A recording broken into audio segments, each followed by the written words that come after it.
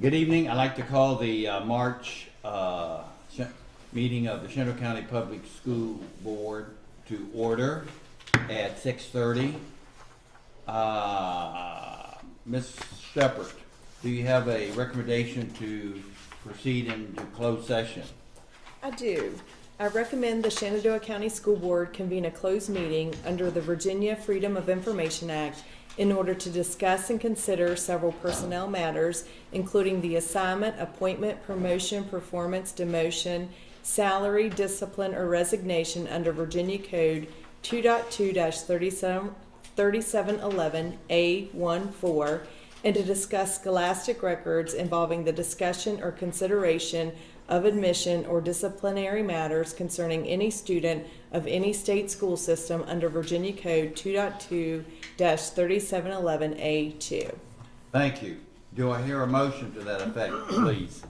Yes. I move that the Shenandoah County School Board convene a closed meeting under the Virginia Freedom of Information Act in order to discuss and consider several personnel matters involving the assignment, appointment, promotion, performance, demotion, salary, discipline, or resignation under Virginia Code 2.2-3711A14, and to discuss scholastic records involving the discussion or consideration of admission or disciplinary matters concerning any student of any state school system under Virginia Code 2.2-3711A2. Thank you. Motion made by Mr. Barlow. Do I hear a second? I second. Second by Ms. Ritz. All those in favor say aye. Aye. All those opposed? Motion carried by a 6-0 vote. We will reconvene at 7 o'clock.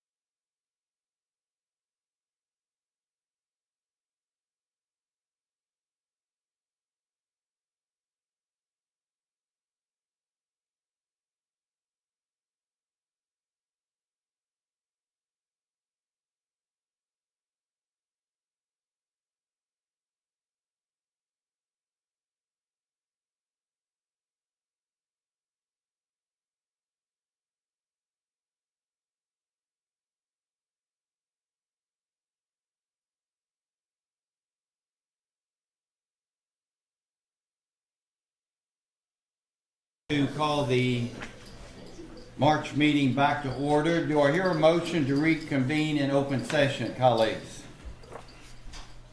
I move that we reconvene in open session. Thank you, Ms. Walsh. Do I hear a second? Second. Second by Mr. Gutschall. All those in favor say aye. Aye. All those opposed? Motion carries by a vote of 6-0.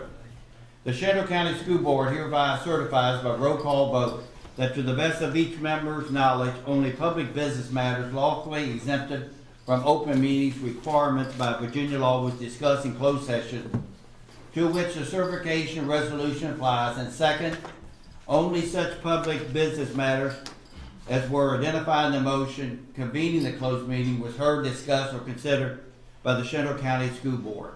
Each member responds, "I do certify," when called by the clerk. Ms. Walsh, I so certify. Mr. Gutschall, I so certify. Mr. Barlow, I so certify. Ms. Roots, I so certify. Mr. Keller, I so certify. and Mr. Huss. I so certified. Thank you. We will recognize, next on our agenda is the invocation, and we have been, in the past number of months, recognizing some of our previous employees who have passed away, and we have one.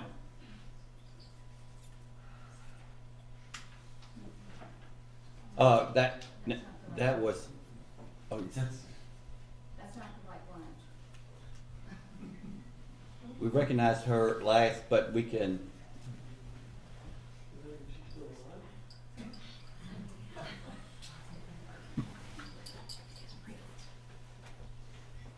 If not, we will recognize her at the next meeting. Ms. Walsh has the invocation. Okay. We gather today intent on doing good work. We seek to represent fairly and well those who have given us this task. May our efforts be blessed with insight, guided by understanding and wisdom. We seek to serve with respect for all. May our personal faiths give us strength to act honestly and well in all matters before us. Let us pause here for a brief moment of silent reflection.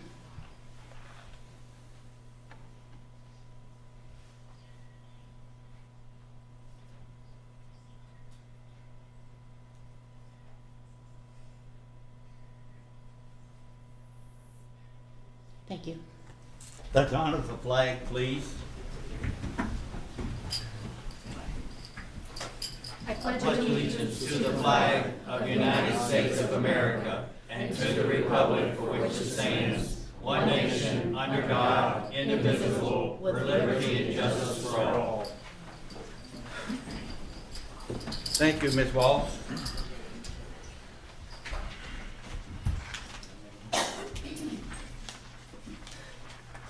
Next, do I hear a motion to approve the agenda as presented? I so move. Thank you, Mr. Barlow. Do you hear a second? A second. Second by Ms. Roots. All those in favor say aye. Aye. All those opposed, motion carried by a vote of 6-0. Next, we have recognition. Ms. Shepherd. So yes, so the first recognition we have tonight, I would like to introduce Miss Melissa Foltz to recognize our Strasburg High School 2023 wrestling team state champions. Stand up.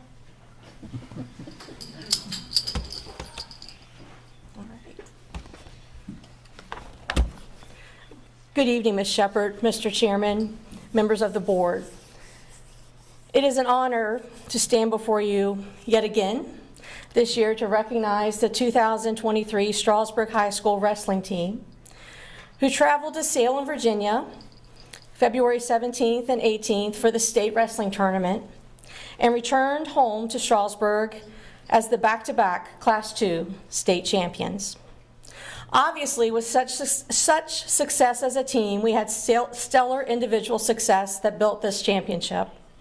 We had two wrestlers complete their season as state qualifiers.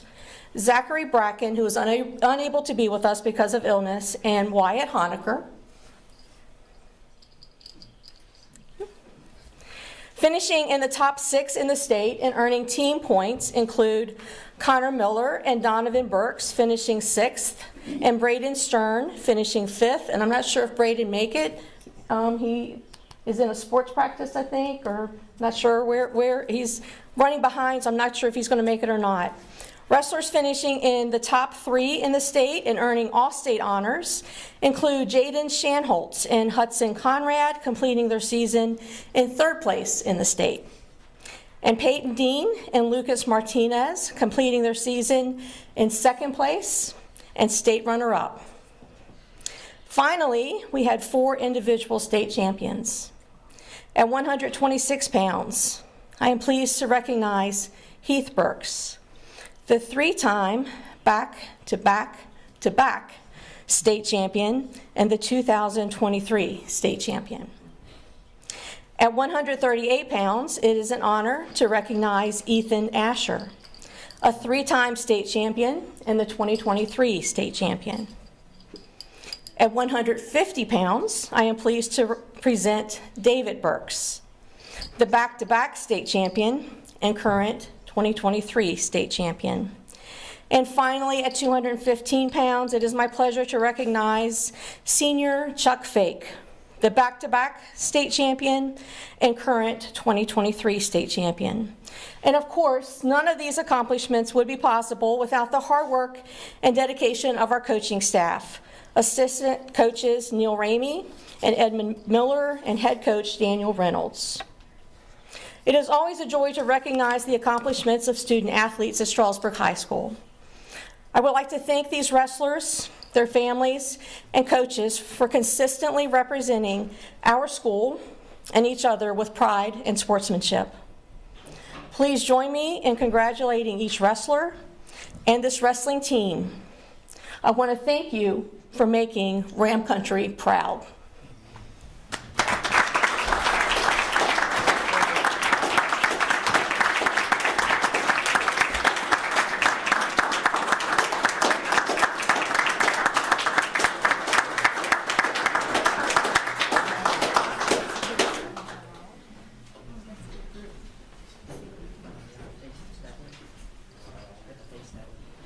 All right, everybody ready?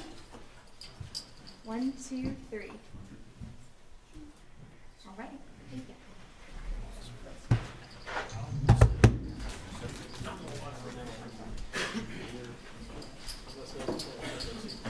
So what an accomplishment, 2 years in a row. And I think we have Miss Wurtzel here to talk about the Central High School wrestlers.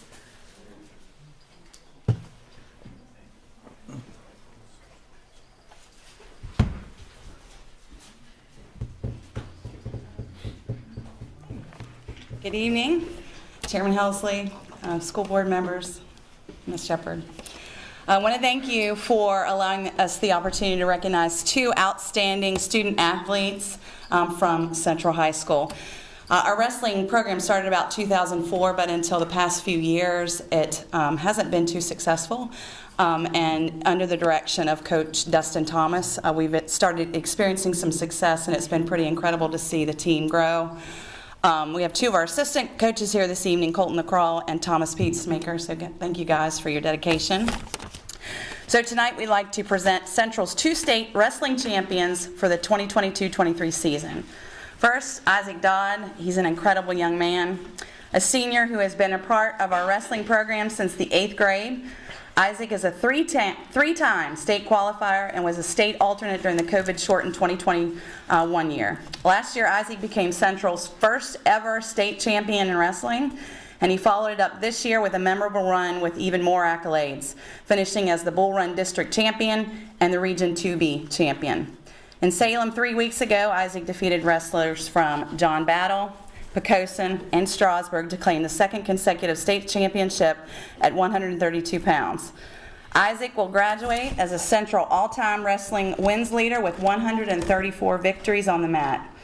He's always represented Central High School with pride, dignity, class, and integrity, and we're excited to see what he will do in the Navy, not only as a recruit, but as a Navy SEAL. The 2023 Class 2 state champion at 132 pounds, Mr. Isaac Dodd.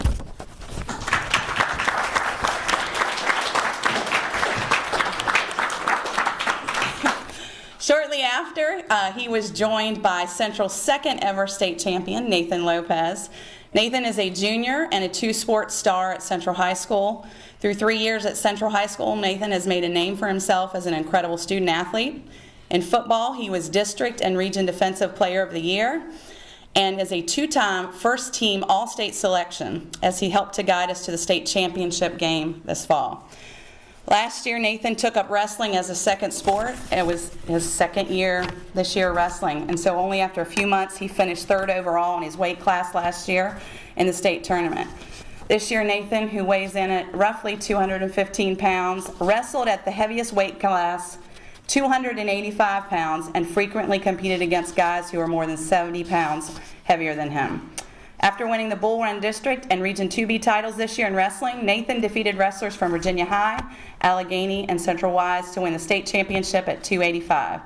Nathan's strength and athleticism are impressive for any student athlete, and we're looking forward to what he will bring in both football and wrestling in his senior year. The 2023 state Class 2 state champion at 285 is Mr. Nathan Lopez.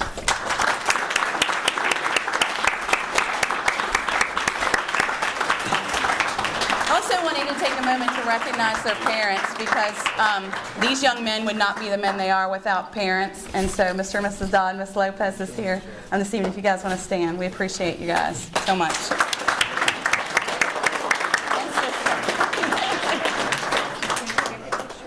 Which way do you want us to face it? If you can stand over there with Ms. Shepherd, since it's a little bit smaller for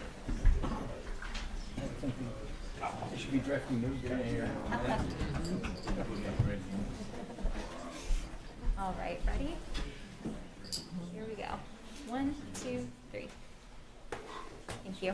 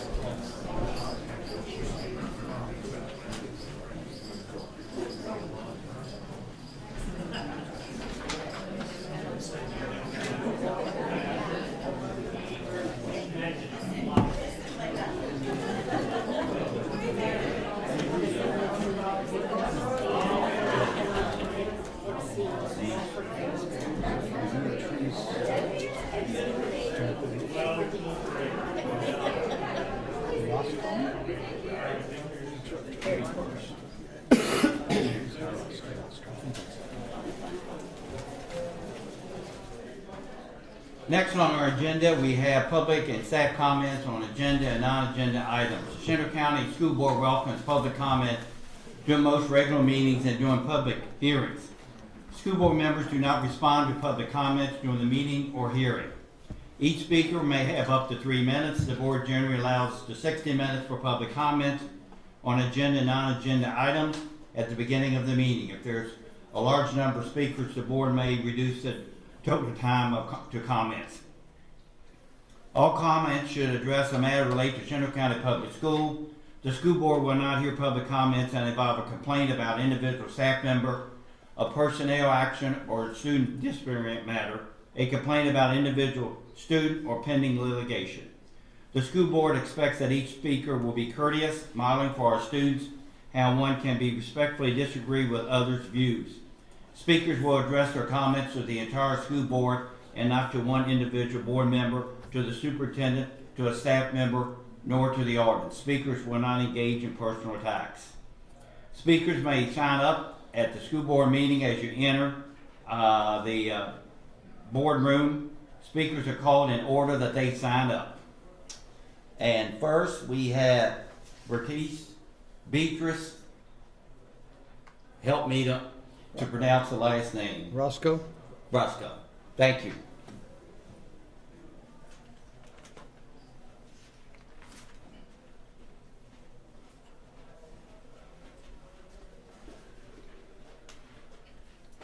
Good evening. I'm going to be translating for her. Go right ahead. Buenas tardes, Good evening. mi nombre es Beatriz Orozco, My name is Beatrice Orozco. vivo en 272 Lord Drive. I live at 272 Lord Drive, Woodstock. Y quiero iniciar con esta escritura. Dice en Proverbio 22:6, instruye al niño en su camino para que cuando envejezca no se aparte de él. I want to start with this verse, Proverbs 22:6. Train up a child in the way he should go, and when he is old, he will not depart from it. Estoy aquí debido a un incidente que pasó con mi hijo de 6 años en la escuela primaria W.W. Robinson. I'm here due to an incident that happened with my 6-year-old son at W.W. Robinson Elementary. Como madre, para mí las situaciones o conflictos que se relacionan o involucran a mis hijos As a mother, for me, the situations or conflicts that are related or involving my children, ya sean de carácter conveniente o no, whether they are of a convenient nature or not, siempre son una oportunidad para crear mejoras they're always an opportunity to create improvements y ofrecer oportunidades para corregir errores como individuos, and offer opportunities to correct mistakes as individuals, ya sea para el bienestar de mi propia familia o el de la comunidad. either for the well-being of my own family or that of the community. Debido a esto no tomo las cosas tan a la ligera, Because of this, I don't take things so lightly, pero tampoco les resto importancia. but I don't downplay them either. Esta fue la situación que aconteció con mi hijo. This was the situation that happened. Mi hijo fue forzado por otro niño a tocar su parte privada My son was forced by another child to touch his private parts. y cuando me notificaron me llamaron alrededor de las 3:15, I was notified around 3:15 ya estando yo en la fila para recoger a mi hijo, while I was in line to pick up my son, a lo que me pareció una negligencia ya que el incidente pasó por la información que se me dio a las 11 de la mañana. which I thought this was negligence since the incident happened based on the information they gave me at 11 a.m. Han tomado cartas en el asunto ya que lo hizo a otro niño también. They have now taken action in the matter since he did it to another child as well. A lo que llama mi atención cuánta falta de atención y supervisión se necesita What calls my attention is how much lack of attention and supervision is needed at school refiriéndome a lo que es en el tiempo de receso, during recess time. ya que durante este tiempo ha sido cuando este mismo niño ha agredido a mi hijo, It was during this time that this child assaulted my son. a lo que él no me había dicho nada porque él tenía miedo, porque este niño pues lo ha hecho otras veces. My son did not tell me anything because he was hitting him during the recess break, and also he had done this before. A lo que el día que me llamó la principal que me atendió, I told the principal who spoke to me, le hice un comentario que era muy recomendable que algunos padres de confianza y de buen testimonio I suggested her and highly recommended that some trustworthy parents, pudiésemos apoyar durante el receso para supervisar el tiempo de receso de los niños. that maybe we could support during this recess time to supervise during this time. Definitivamente entiendo que esto no soluciona el problema, Definitely, I understand that this is not going to solve the situation. ya que realmente las familias atraviesan una necesidad mayor, I know that families go through greater needs, que es la de educar a nuestros hijos conforme a las Escrituras. Esto es la palabra de Dios. which is to educate our kids in the Word of God. Al privarlos de esta sabiduría de Dios, no podemos instruir con conocimiento. To prive them or to prive them from this knowledge, we can raise them. Mas, sin embargo, como madre, me es necesario que se escuche la voz But me as a mother, I want the voice to be heard. de que las familias tienen una necesidad The families have a big need, y que se tienen que tratar. and that it needs to be taken care of. Esto es todo y muchas gracias por This su is all. atención. Thank you for your attention. Thank you. Next on the list is Karen Karkowski.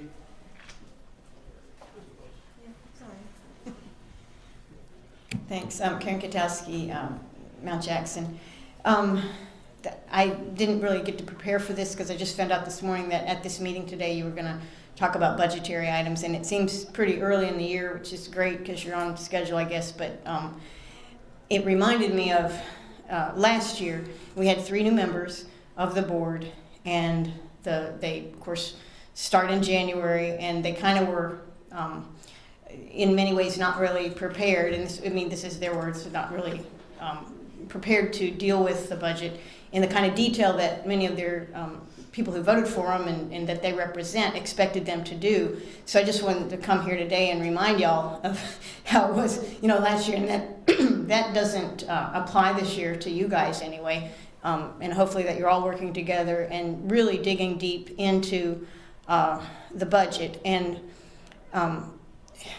I've got two other brief things to say, and one is I haven't been to these meetings in quite a while, or to a school board, a board of supervisor meeting either. Just been too busy, but the people that I've been talking to, a lot of folks that I've been talking to are sharing, nothing as serious as the previous speaker, but issues like kids that can't count change working at Walmart who are graduates, recent graduates of our school system here in the county. And one of them, this is kind of funny for us old folks, but or at least I'm an old folk, I'll say that. It was kind of funny that one of the other workers was explaining to the person who was a recent graduate of Central who didn't understand how to count change. He said, well, you give them $1, they give you 75 cents, whatever. You know how many pennies are in a dollar, right? And they did not know. So, and I know in the modern world everything's with the card and people don't know numbers, but again, this is foundational basic stuff. So I wanted to share that with you. I hear this stuff, that's just one story, and people, I don't know who I talk to, everybody talks about it. This is a concern of the people in this county. They want their money to be well spent, and they want it to be where the rubber hits the road. They want students to be able to learn. And I'm not talking about just the smart ones who are going to, colleges. I'm talking about the basic information that taxpayers in this county expect you guys to make sure that's being provided to the kids. So just a reminder there, you all know this, but just a reminder that it's out there.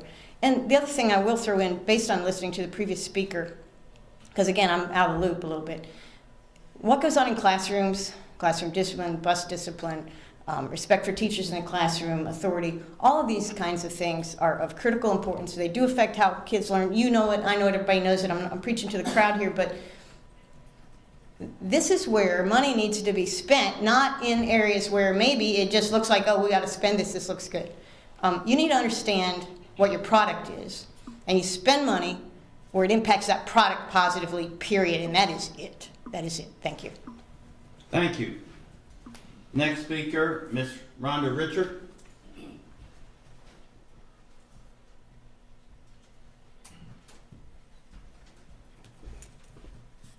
Ms. Shepherd, school board members, thank you for allowing me to speak tonight.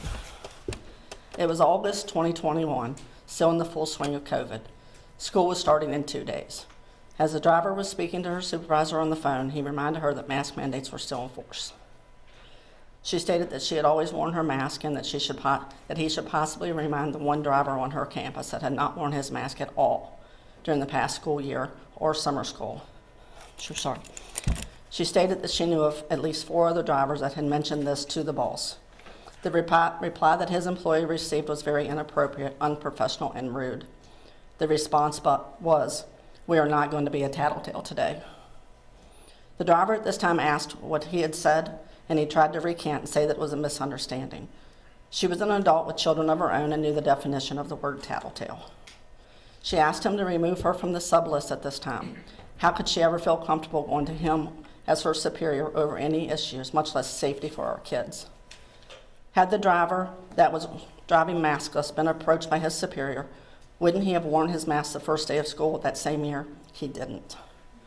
So he was either blatantly ignoring his superior, or was it again ever discussed? Remember, every bus has 3 cameras, and this could easily have been proven or disproven. After meeting with the newly hired superintendent the previous month, and her stating that she had an open door policy and wanted to hear her employees, a meeting was set. It was a good meeting, so I thought. Fast forward to February 23.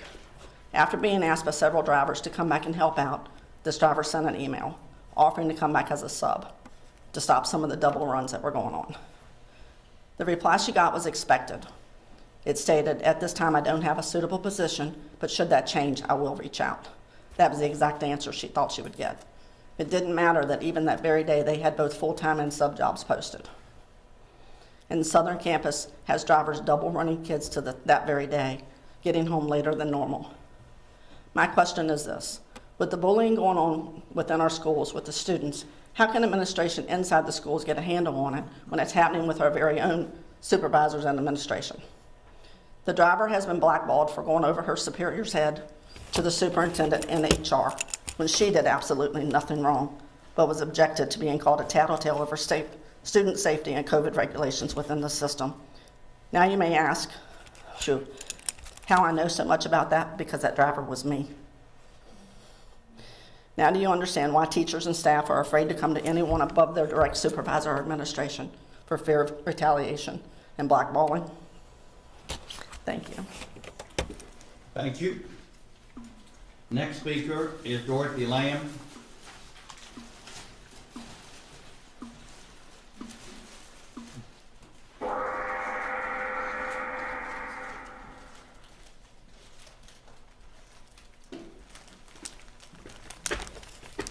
Good evening. Good evening. March is Women's History Month, and I'd like to take a minute to recognize an individual who is making history and setting a positive example for young ladies in our county. She has chosen to fiercely delve into the deep issues that exist in this county and question data that is presented. Despite having a full-time employment and raising a young child, she manages to devote numerous hours seeking answers and finding solutions to issues that arise within the school system. Mrs. Rutz, we appreciate all you do to improve the education system in our schools. You are a great asset to this county. Thank you.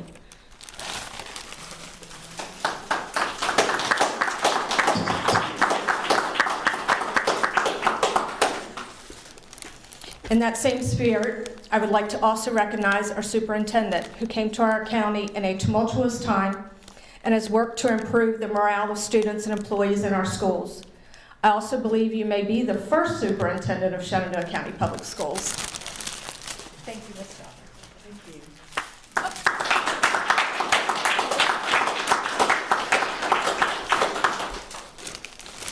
And Mrs. Walsh, this is your 8th year. You've been here since 2016.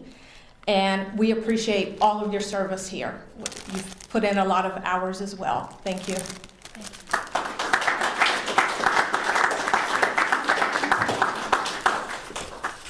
Thank you. Is anyone else in the audience like to speak that did not sign up? Okay, moving on. Colleagues, back to our agenda. Do I hear a motion to approve the consent agenda as presented? I move to approve the consent agenda as presented. Thank you, Mr. Gutschall. Do I hear a second? I second. Second by Ms. Rutz. All those in favor say aye. Aye. All those opposed? Motion carried 6-0.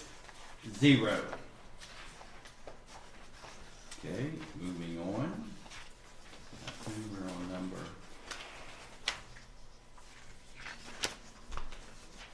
Page 4. Oh. That's part of the consent agenda. Minutes.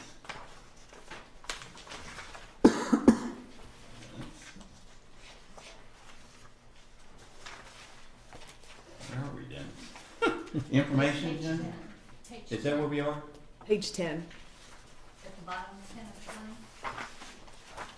I apologize, the chair doesn't have his act together. 8, 9, 10, information, correct? All right. Presentation, Ms. Shepherd, by grandparents as parents. Yes, so I would like to introduce Ms. Sheila Helsley, the founder of Grandparents as Parents. She will be presenting information tonight regarding the support group she established for grandparents and other relatives raising children.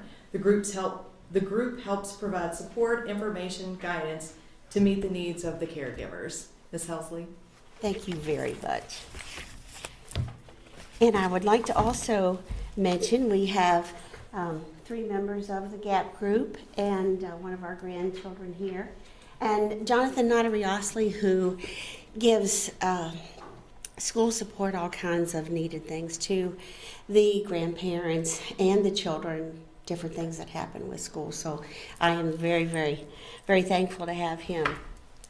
So to all of you at the school board, thank you for inviting me to talk about GAP.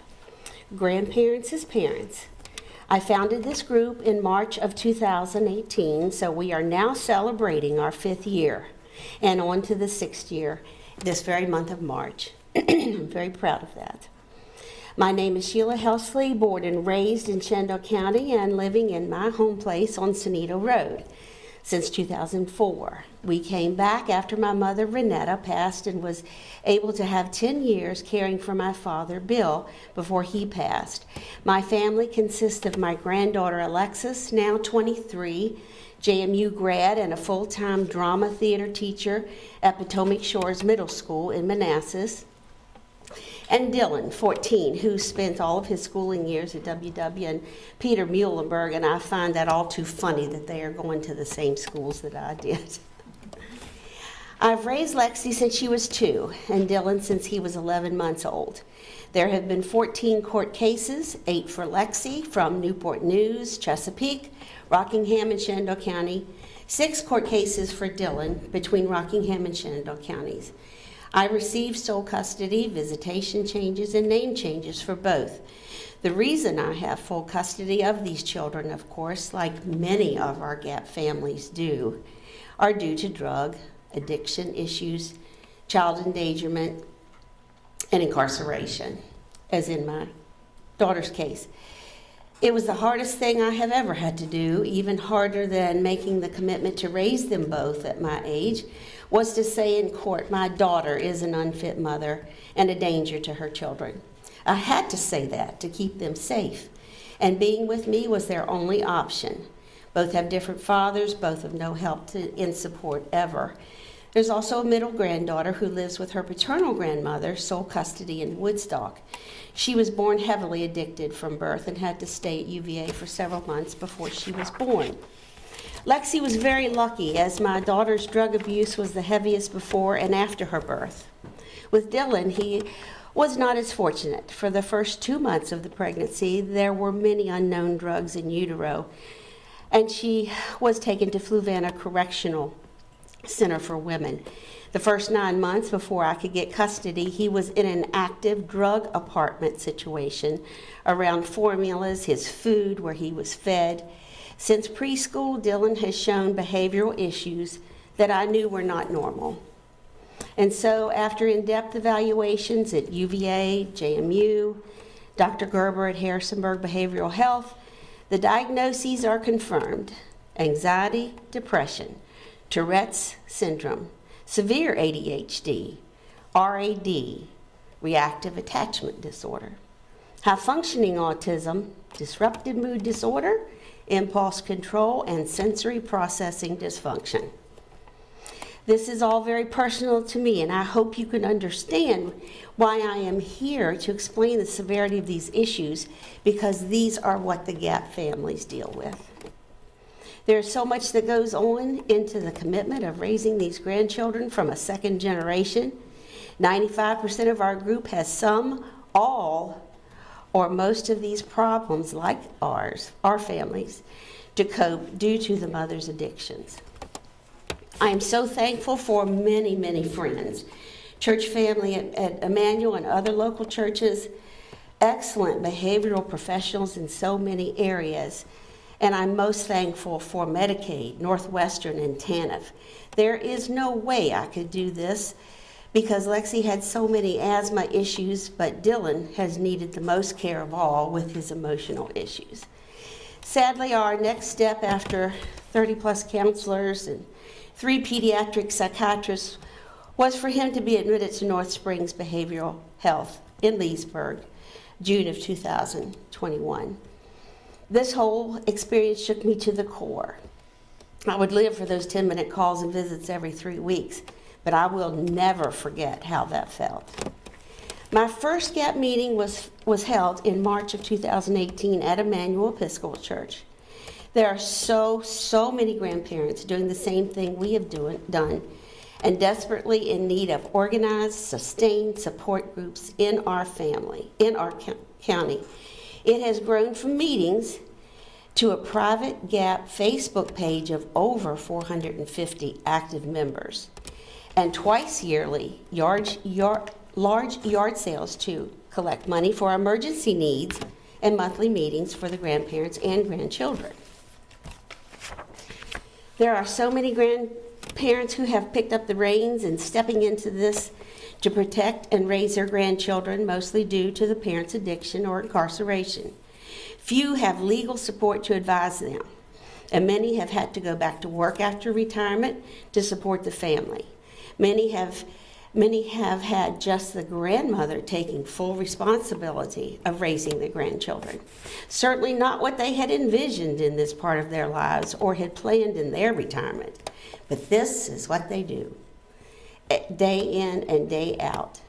I would ask you to consider what cost for these children would be if they were all in our foster care system instead of being taken care of by these wonderful GAP grandparents. They depend on Medicaid, TANF, EBT, food stamps, or any other programs in which they are eligible. They now must see that the children are in school, get the medical and emotional help they desperately need. Their lives are now spent in helping with homework or tutoring, appointments, teacher conferences, updates, sports, and social functions, providing transportation, extra financial burdens, all of which they had not planned in their 30s to 50s when they were thinking of their golden years. And yet they do it day after day. Their personal and private lives are gone. I have no numbers or percentages of children living with their grandparents in this county, but I can tell you that when I started this group, in the closed Facebook GAP page, we had 10 people.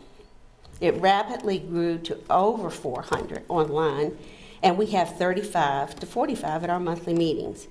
When I prepare Christmas boxes, Easter baskets, school supply bags, school lunchbox snack bags, and Halloween treat bags, I make over 65, and there are never any leftovers. I would like you all to consider that all these GAP families, there needs to request more counseling services in the schools, tutoring assistance for the grandparents as well as the grandchildren to keep up to date with their curriculum from pre-K to 12th grade, and the ongoing work in cutting down on bullying.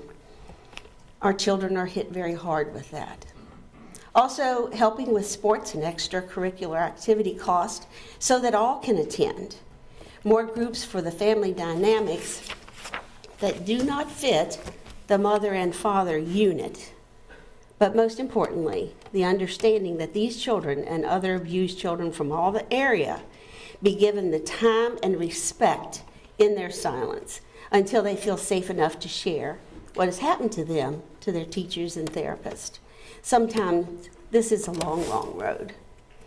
I'm so thankful to Family Promise, who last year took us under their umbrella and takes care of the financial work on part of this group. This enables me to spend the time needed for GAP while also keeping my other 2 home businesses in Shenandoah County, certified massage therapy for 23 years, McCarris Advertising and Promotion since 2013, and my volunteering with massage with Centera Hospice for 22 years. Yet still supporting our family, not to mention driving to all those counseling appointments that Dylan needs. My home property on Sonita Road has a 3-car garage, which enables me to store needed items until picked up and store yard sale items for the 2 or 3 sales we have a year as fundraisers. It's very plain to me that from the first week we began that people would leave me needed items in the garage, furniture, health needs, kids' clothing, toys, food, and within 2 or 3 days I would get a call or a message that a GAP family was in urgent need of just that thing. No question, this group was meant to be, and from my personal and current experiences, I felt it was to be led by me. The great relationships and contacts I have made are incredible. Being born here, that was my foundation, yes.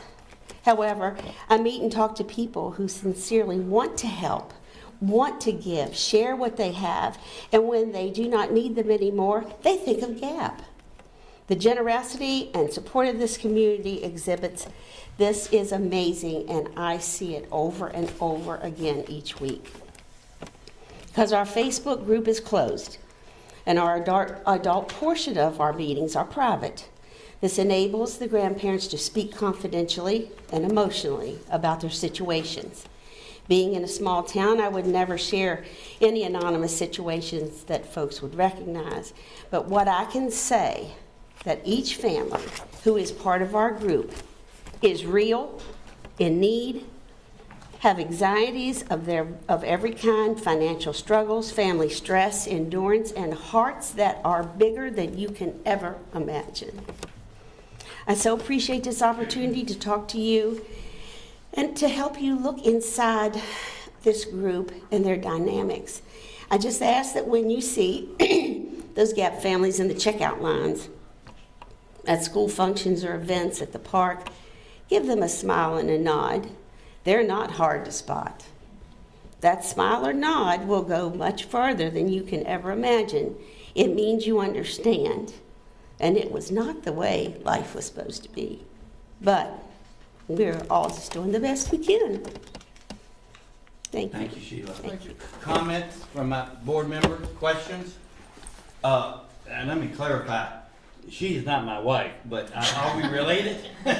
Hey, there is a tree, and you're on one branch, and I'm on the other. Okay, I understand. Any comments? Thank you. Thank you for all you do. I remember when you were getting this started, because you were actively down in Rockingham, right? And you didn't get a whole lot of help from anybody else. You did this yourself. And Yep. And they later closed that group for lack of interest, which Really? I can't hardly imagine that. And I know where your garage is, because I've talked to a few people. Yes, there, you here and do. there, but, Oh, yes, you It doesn't do. come close to everything that you do for these families. Anyone else?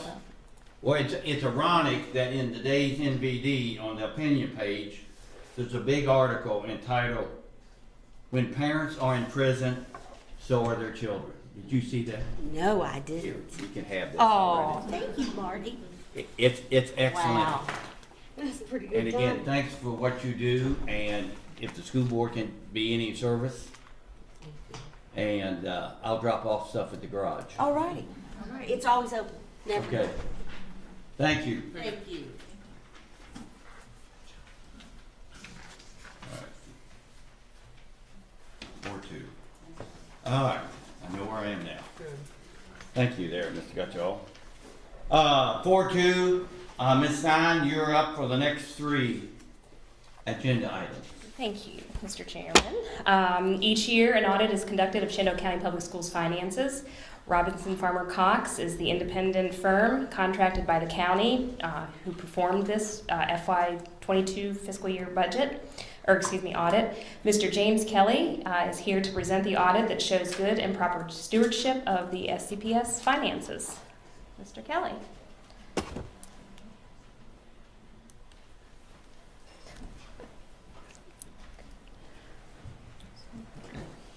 Sure thing. Thank you. Thank you for having me tonight. I've done the presentation to the Board of Supervisors earlier, but I'll do the school's share as well. What we do during our audit is to express an opinion on your financial statements, whether they're fairly stated in accordance with generally accepted accounting principles. We also are required to issue a report on your internal controls in accordance with government auditing standards, and since the school board in particular receives substantial federal funding, we have to do certain compliance tests on those programs to make sure you're spending those funds in accordance with the various grants and federal guidelines. This is an excerpt from our audit report, our audit opinion, I should say. It's an unmodified audit opinion. As you can see, I've highlighted it does include the school board, which is what we call in the auditing world a discretely presented component unit of the County of Shenandoah. It's a major part of the county's audit, and so this is the highest level of assurance that we can give. I always say it's the A+ of the audit opinions. The next slide shows this little snapshot of the school's revenues and expenditures for the year. In the first column there, you can see that the expenditures did exceed the revenues this year, but that is due to the spend down of the energy financing bond that you received in the previous year. So it's a little misleading, but you're using the funds that you received last year to do your various construction projects. The next slide just gives you, it's more informational, gives you an idea of the state, the revenues you receive from the Commonwealth of Virginia, and the actual amount received to the amount that you guys budgeted. You can see on the second line up there that you received almost $790,000 more than was budgeted for FY22. Likewise, this slide shows the federal assistance that the school board has received. You received almost $7 million. A lot of that was the CARES Act money, which will not be much longer. So gives you an idea where a lot of your funding comes from. This next slide shows how your actual expenditures compared to what was budgeted. The actual expenditures were $6 million less than budgeted. I think a lot of that's due to, again, a lot of the energy project I think was being finished in the current year end. So certainly spent less than was budgeted by almost $6 million, or a little over $6 million. This next slide just gives you an idea of the revenues of the school board over the last 5 years. You can see it's increased almost 11 million over that time span. Most of that is due to the state and federal government and increase in the county contributions as well over that time period.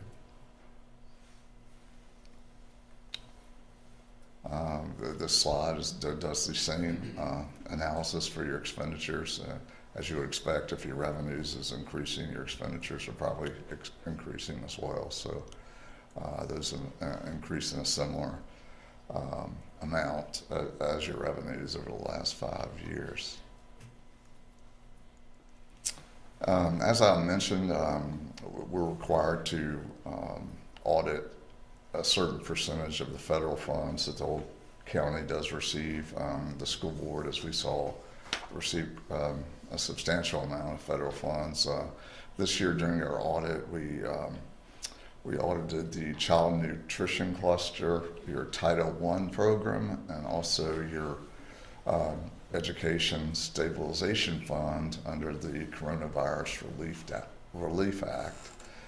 We had no issues of non-compliance in our federal testing, so nothing to report in that area either. So, last slide here shows, and I'm sure you've seen this, but we work each year with Angie and the finance staff and the county finance staff to determine what the carryover amount based on our audited figures should be, and as you can see, that totaled almost $5.5 million as of June 30, 2022. And I believe that's it, but I'll be glad to, if that didn't bore you enough, I'll be glad to answer some of your questions. So. Questions? Colleagues? It's always good to have a surplus. Even Don Farmer, I can relate to that. Any questions? Thank you. Thank you. Okay, proceeding 4.3, request to increase the special budget funds for 23. Ms. Stein. All right, on February 11th, we received notification that we received an additional amount of funding to support state-mandated mentor teachers. The program that's using the American Rescue Plan money for elementary and secondary school emergency relief. These are state set-aside funds. These funds are to be used to support our mentors of first-year teachers with no experience. Shenandoah County Public Schools will be receiving an additional $8,579 funding for this program, and I just received this after the last meeting, so I'm adding it here, and we'll be asking you guys to take action on it later. Okay. And on February 27th, we received notification that we were receiving an additional $12,000 in funding to support high-quality instruction in early childhood classrooms, specifically to support early childhood teachers teaching in publicly funded preschool programs operated by our school division. And this is to help them become fully licensed. These funds are to be used to offer financial incentives to provisionally licensed teachers who are actively engaged in coursework with the goal of becoming fully licensed to teach our young learners.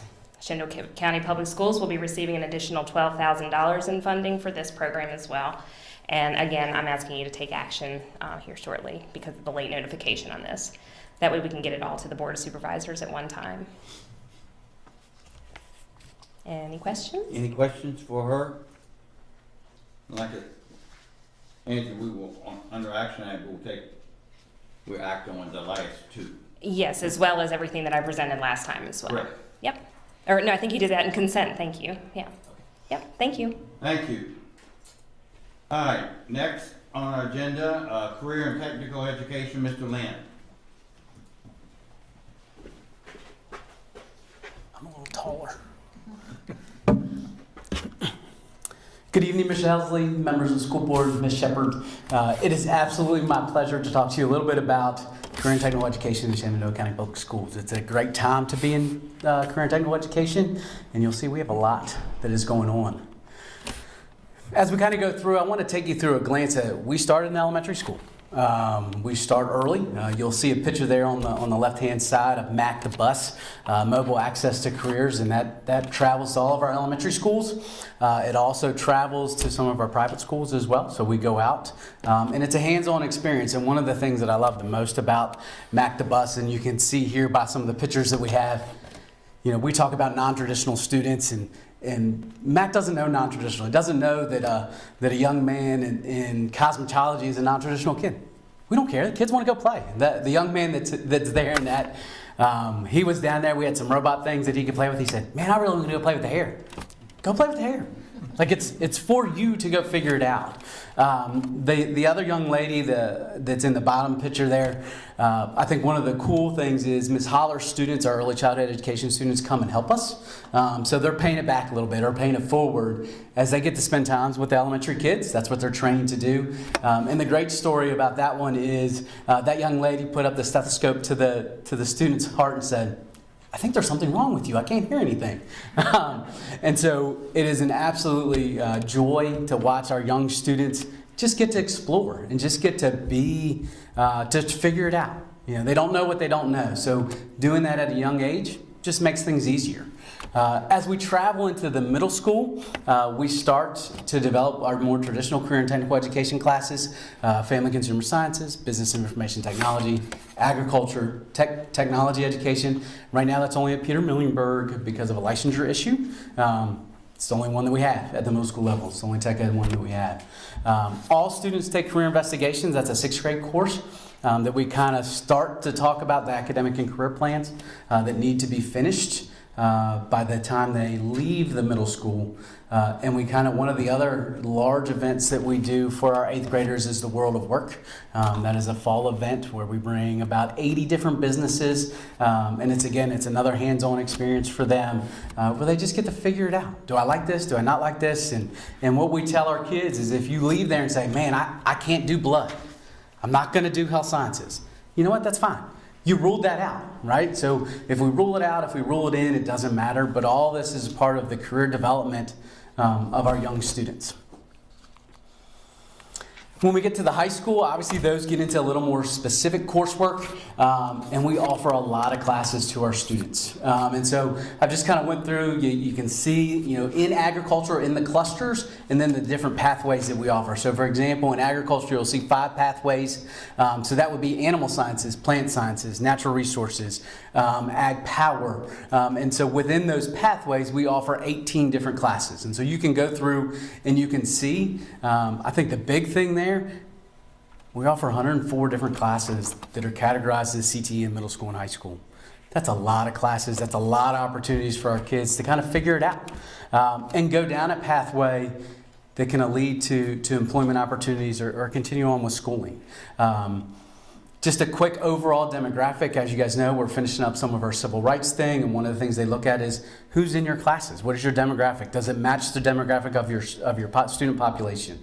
So you see 4,700 students take CTE courses. Now that's a duplicate count, right? So if Mr. Barlow's taking agriculture and business, he counts twice in that count. But that is a grade 5 through 12 count in Shenandoah County. And then you can see the demographic and how it's broken down. Both by ethnicity and by male and female, right? All that is counted. And when I report things to the state, those are some of the things that they ask me for and they want to know about. So moving on, let me go back one quick. So I always like to put my 3-legged stool up there, right? And so 3-legged stool is very, very important when we talk about adding classes or maintaining classes. And I always like each leg is important. If we don't have one of those legs, it's going to fall over, right? So we got to have students in one interest. Do kids want to take the class, right? And so when we do student surveys and we do that stuff, that information is extremely important, right?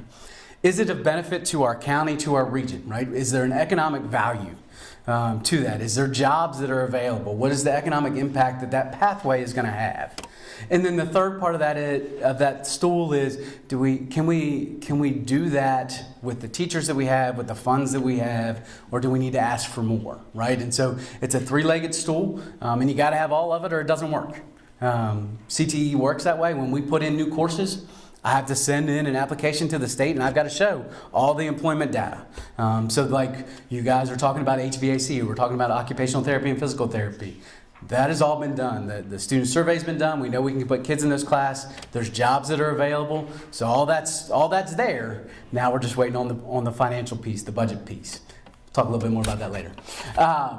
Credentials. When we talk about credentials, sometimes these things get clumped with our standards of learning tests. They're not the same, right? That's apples and oranges. And so I just put up a sampling of what we give our students. So from Adobe, Briggs & Stratton, the State Board of Cosmetology, QuickBooks, ICAR, the State Board of Nursing, and I could go on and on and on. We're giving legitimate credentials to our kids so that they can take those and go get a job. These are employable skills for them that they can show an employer that says, hey, I have skills.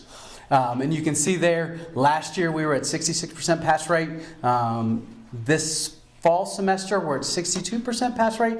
We're usually better in the spring than we are in the fall. I don't know why that is. That's the way it is. The state average, you can see in 2021 was 71%.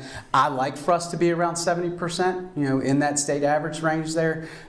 So we have some work to do, and there's some teachers and principals that I'm working with that they know where that is. I'll use QuickBooks as an example. That is a relatively new one for us. We've given that probably the last 3 years. We haven't had a whole lot of success on that, but the teachers that are teaching it, I've watched them go from we're not even close to now we're in the middle of the road. Now we're on the cusp, right? And we had to figure it out. So there's a learning curve all the way around that. So the credentials is a big piece of what we do in trying to get kids certified so they can go to work. Value-added programs that are built through collaboration. This is a big one, and I've just highlighted the pictures on the right-hand side are 2 of our students. The bottom picture is our first group of phlebotomy students that we had last year. The upper right-hand corner is heavy equipment. And this year we've added welding. So we've got 5 students that are in a phlebotomy class, 6 that are in heavy equipment, 2 students that are in welding. The great thing about this is we use different funding sources, right? So, but it is all 100% free to students on the front side of that. Because these programs, 2 of the 3 of these programs are fast forward funds. The way it works is as long as they complete the class and sit for the credential, then it's still free for the kid.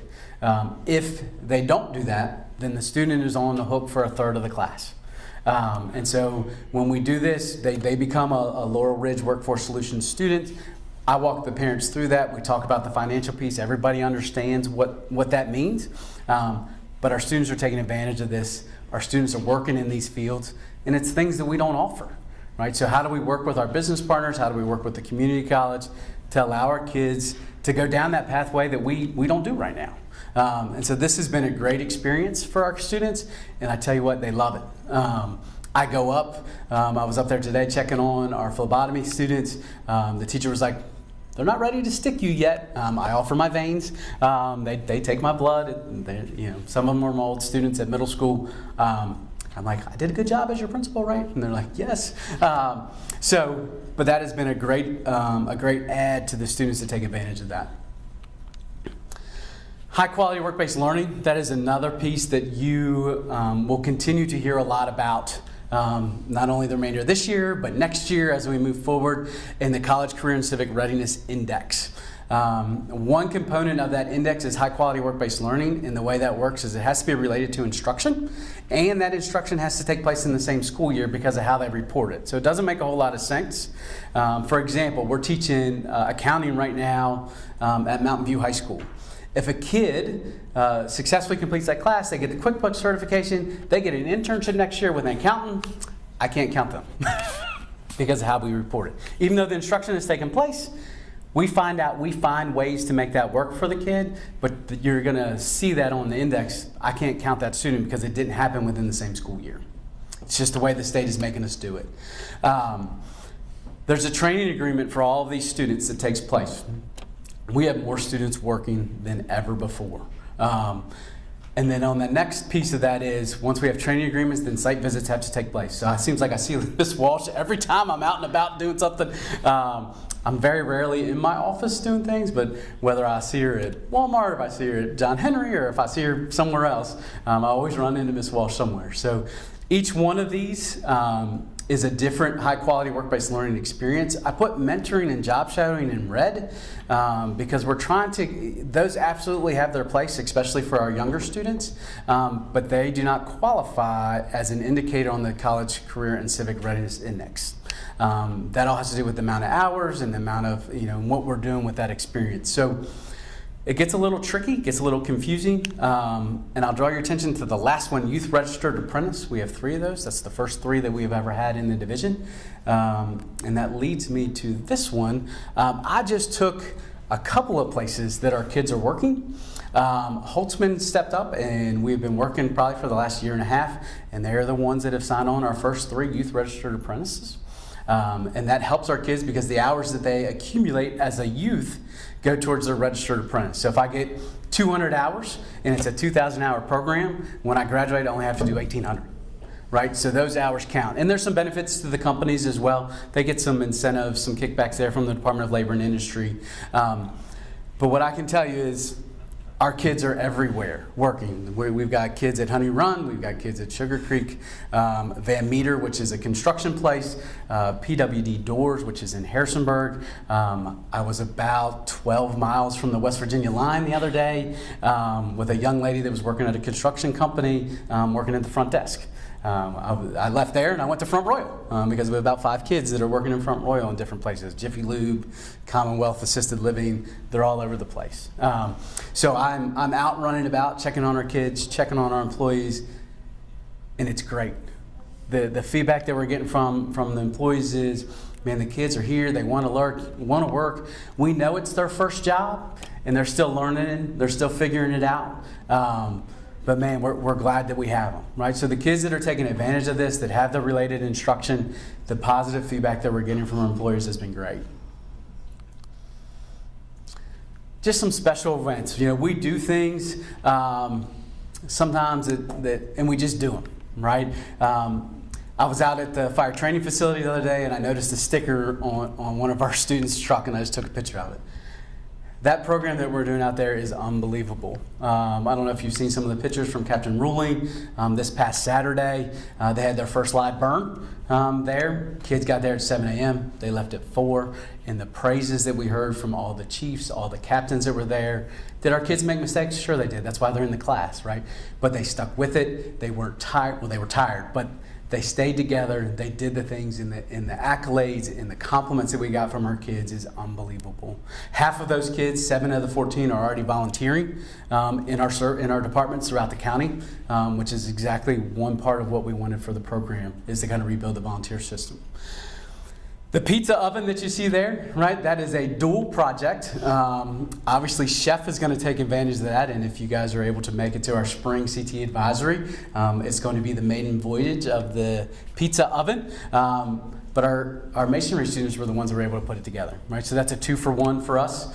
Just a little special project that we do. As you can see there, we're building another tiny house down at Triplet. The walkway that you see there, that was done by the landscaping students at Mountain View High School. That was part of the civil rights audit where we had to have a continuous hard path. Let our kids do it. That's what landscaping's for, right? So that's a hardscape project that we turned into. The picture down there at the bottom, that is one of our biomed students. That picture was taken a little after 6 in the morning at Warren Memorial Hospital. She had an opportunity to be with a nurse anesthesiologist all day. That was her first visit, so I met them there. She was exhausted at the end of the day. That ended at 4 o'clock.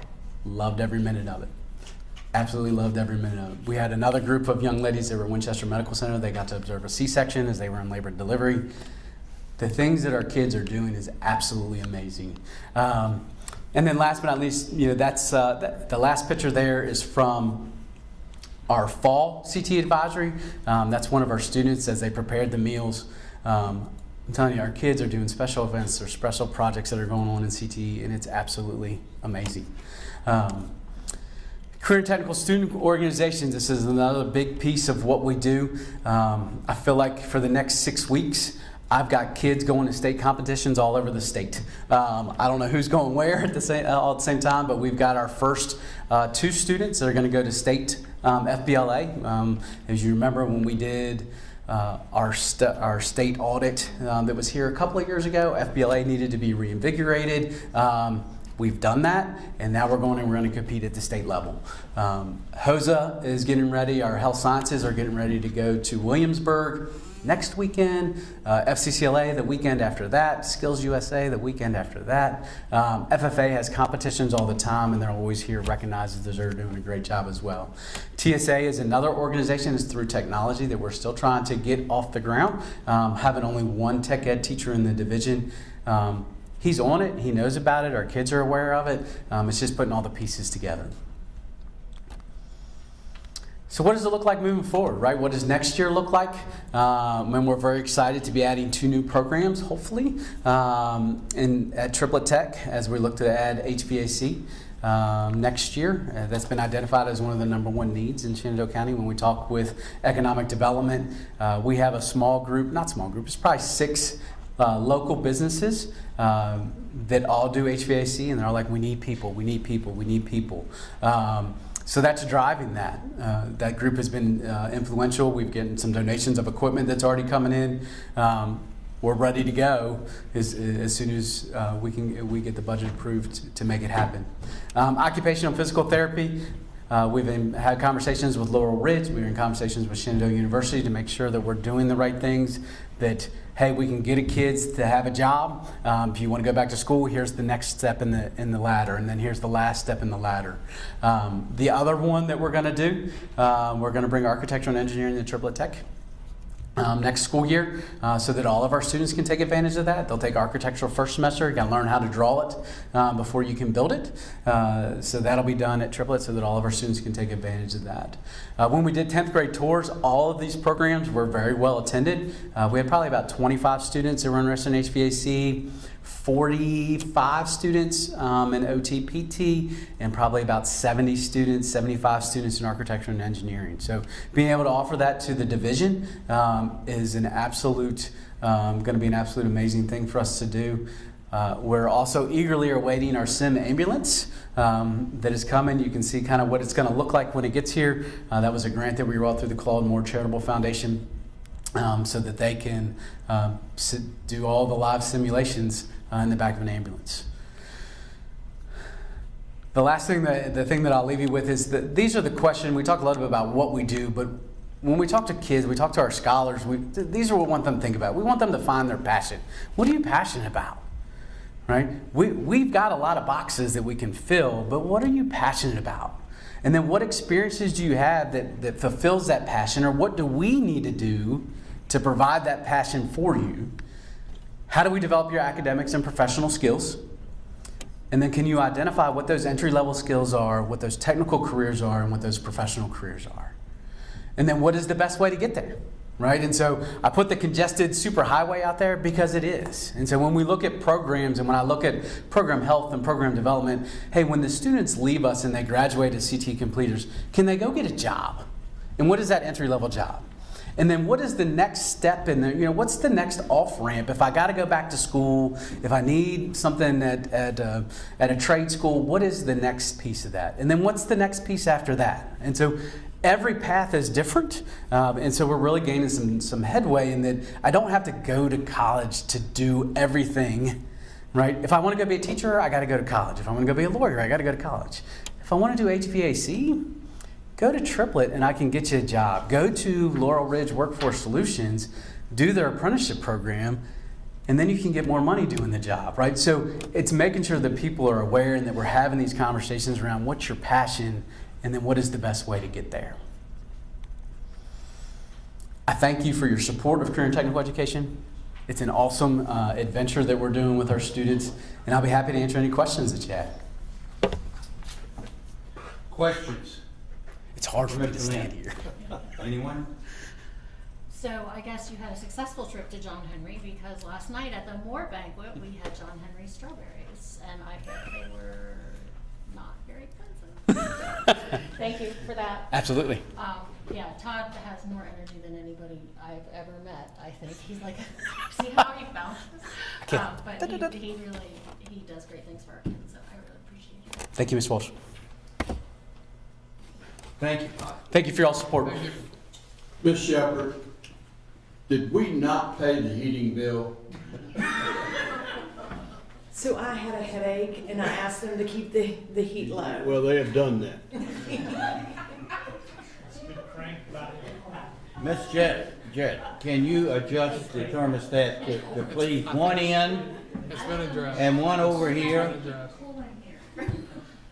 You're, okay. All right. Are we satisfied, Mr. Andrew?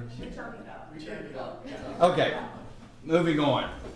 All right, action items. First on agenda is superintendent's proposed 24 budget. Do I hear a motion? I have a motion. I move that we approve the superintendent's FY24 budget as presented. Do I hear a second? Second. Second by Mr. Keller. Discussion.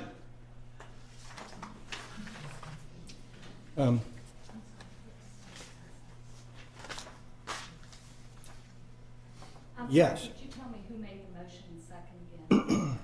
I made the motion and Andrew seconded it. I'm sorry, Ms. Jett. Okay, discussion.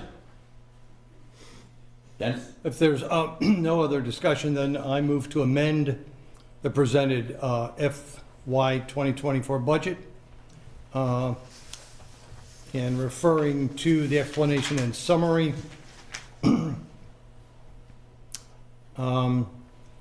under the fourth paragraph, the major highlights of the FY 2024 budget, I move that we strike the first bullet, which reads 7% salary increase to align with the General Assembly's proposed salary increase plus step, and then it has a figure, and to insert instead the bullet 5% salary increase to align with the state budget approved in 2022. Do I hear a second to the amendment? Second. Second by Mr. Gutschall. Discussion on the amendment. Correct me if I'm wrong, we are going to vote on the amendment first and then the original motion. Discussion on the amendment. I don't support the amendment because we are tasked as board members and superintendent to present a needs-based budget. Our superintendent worked for months and months and months before she presented that budget. I do not think that we, as board members, have all the knowledge that they have of what's needed for the school system, and I would defer to them on that. 7% was proposed by the House of Delegates. Todd Gilbert's the head of the House of Delegates. I believe he voted for it. Looking at it, it's hard to tell. The Senate proposed 7%, and although Governor Youngkin initially proposed 5%, he has said he will support the 7%.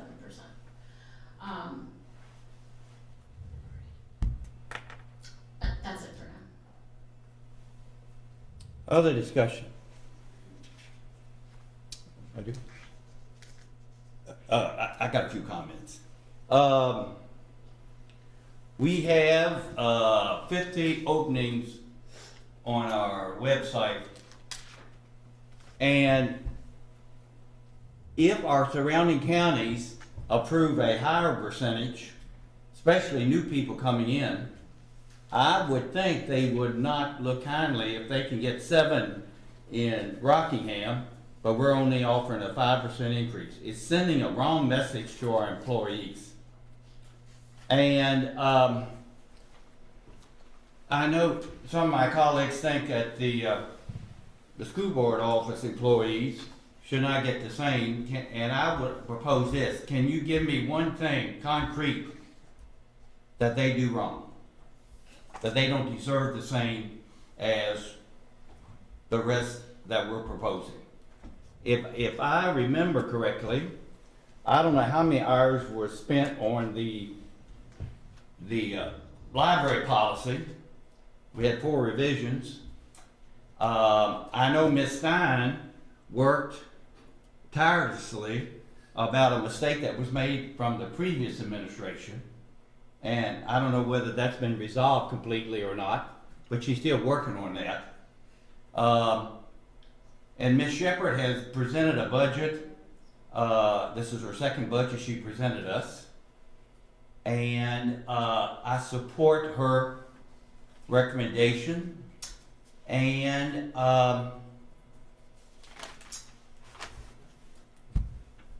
needless to say, if I kind of, okay, that's all I've got to say now. All right, can I take my time? Yes. All right, wonderful. I struggled with this budget.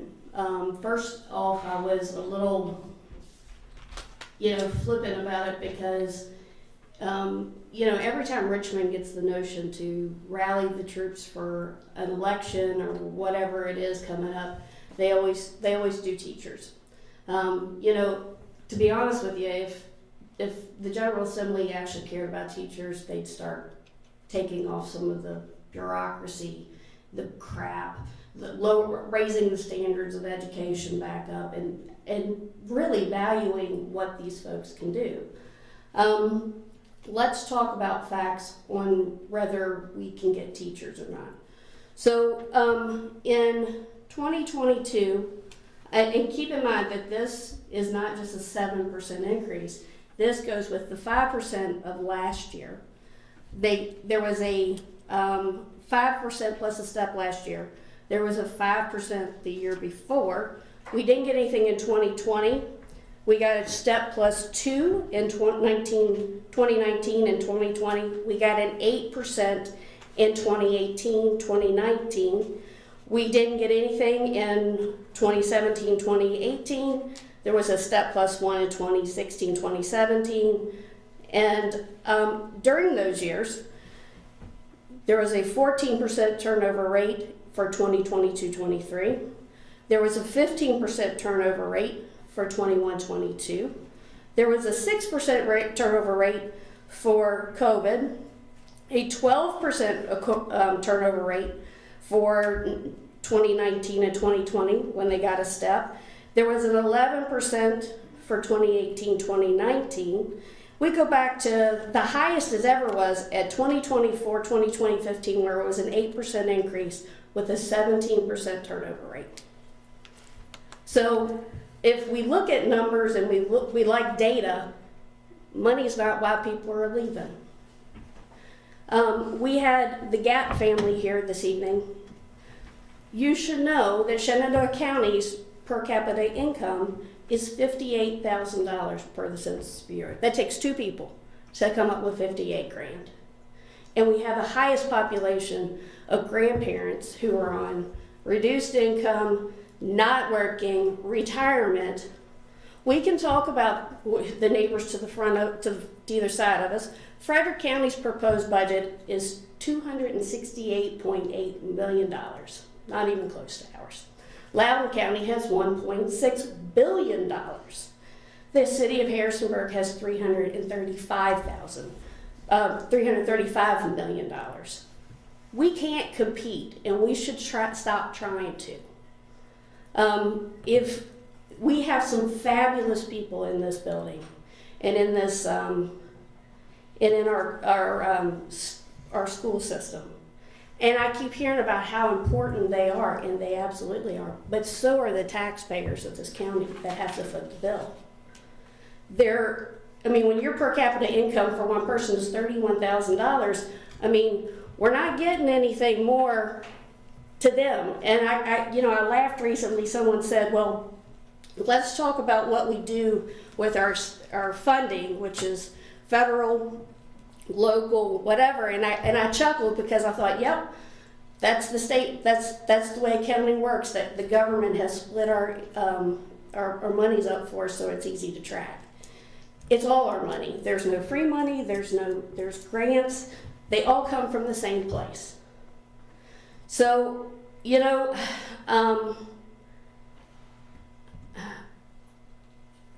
I struggle with where this ends.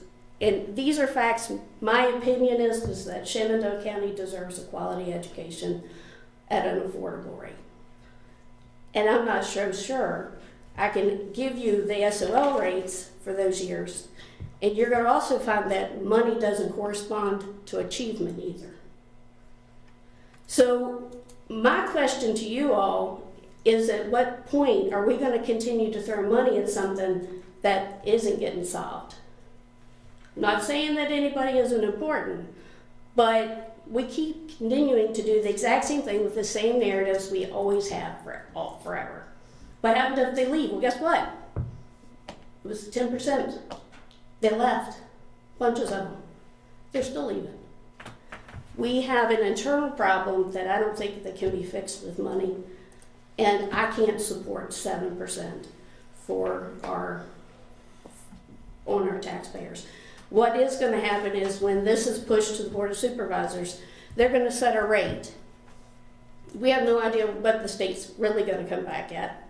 We know it was 5 for this year, but we don't know whether they'll come back with the extra 2. And if they don't, then we either need to find it, or we're going to have to ask the taxpayer again, whose grocery bills are going up, who their heating bills are going up, their gas bills are going up, medical bills are going up, the same thing. So when do we have a collaborative effort with the citizens of Shenandoah County? Nobody did anything wrong, Marty. Nobody did anything wrong. If we approve the amendment. Point of order, Mr. Chairman. Yes. I think we need to make sure everybody's heard before somebody speaks a second time. Oh, indeed. I'm sorry, Dennis. Go right ahead. Okay. So, first of all, I do take umbrage at any implication that I find something wanting in our senior staff because I offered this amendment. I hope nobody was implying such a thing. And if they are, let me set the record straight. I have been drawing government pay for 60 years, 60. I've worked with a lot of staffs, military, diplomatic, university. Okay. I don't think I've ever seen a finer senior staff than we have in this county. And I'm impressed with the initiative and the work that they do. As a matter of fact, it was that senior staff who we throttled back on a raise last year when the government did the same thing to us and gave us a 5% suggestion. I guess it was a suggestion because obviously we had the ability to rebudget that.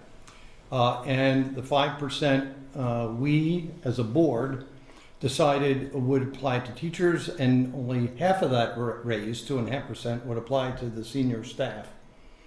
I don't know one member of the senior staff that has complained about that, or has dragged their feet, or has made any particular derogatory comments based on the fact that they took it in the shorts last year. So God bless you as professionals and understanding. So last year we came to a conclusion that we were going to support a 5% raise last year and a 5% raise this year. Okay, I thought that was a deal we struck. So I'm looking forward to supporting the 5% that we agreed to last year. Only this time, I don't think we should ask the senior staff to take any cut. They should get 5% as well as everybody else who's licensed and who deserves that 5%. So we made the deal. I think we ought to stick with our deal. I think to deal with another comment that was made, this is indeed a needs-based budget except for this item. This item is not needs-based. This item is one which was a figure thrown out by the legislature and still is not a final figure, and so we don't know what the legislature is going to do with it when they finally give it to us. It's not needs-based.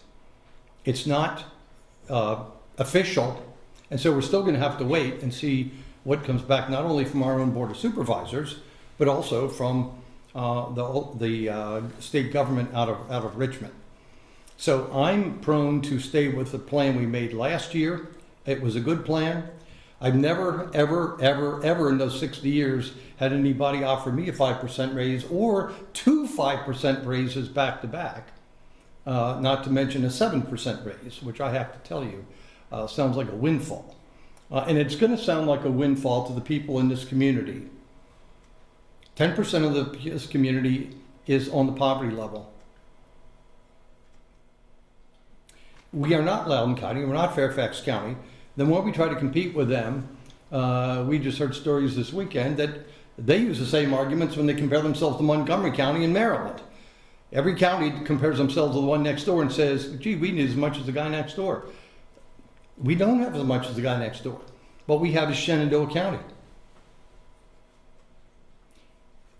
As somebody who was forced out of classroom by the way he was treated by the administration way back in the old days, I know that it wasn't money that drove me out the door. It was the conditions of people I worked with and the ability to sync with my students and the teams that I coached. And I enjoyed every minute until I could take it no longer. By the way, short story, 3 years after I left the high school, my school became the first school in Baltimore County that went into receivership.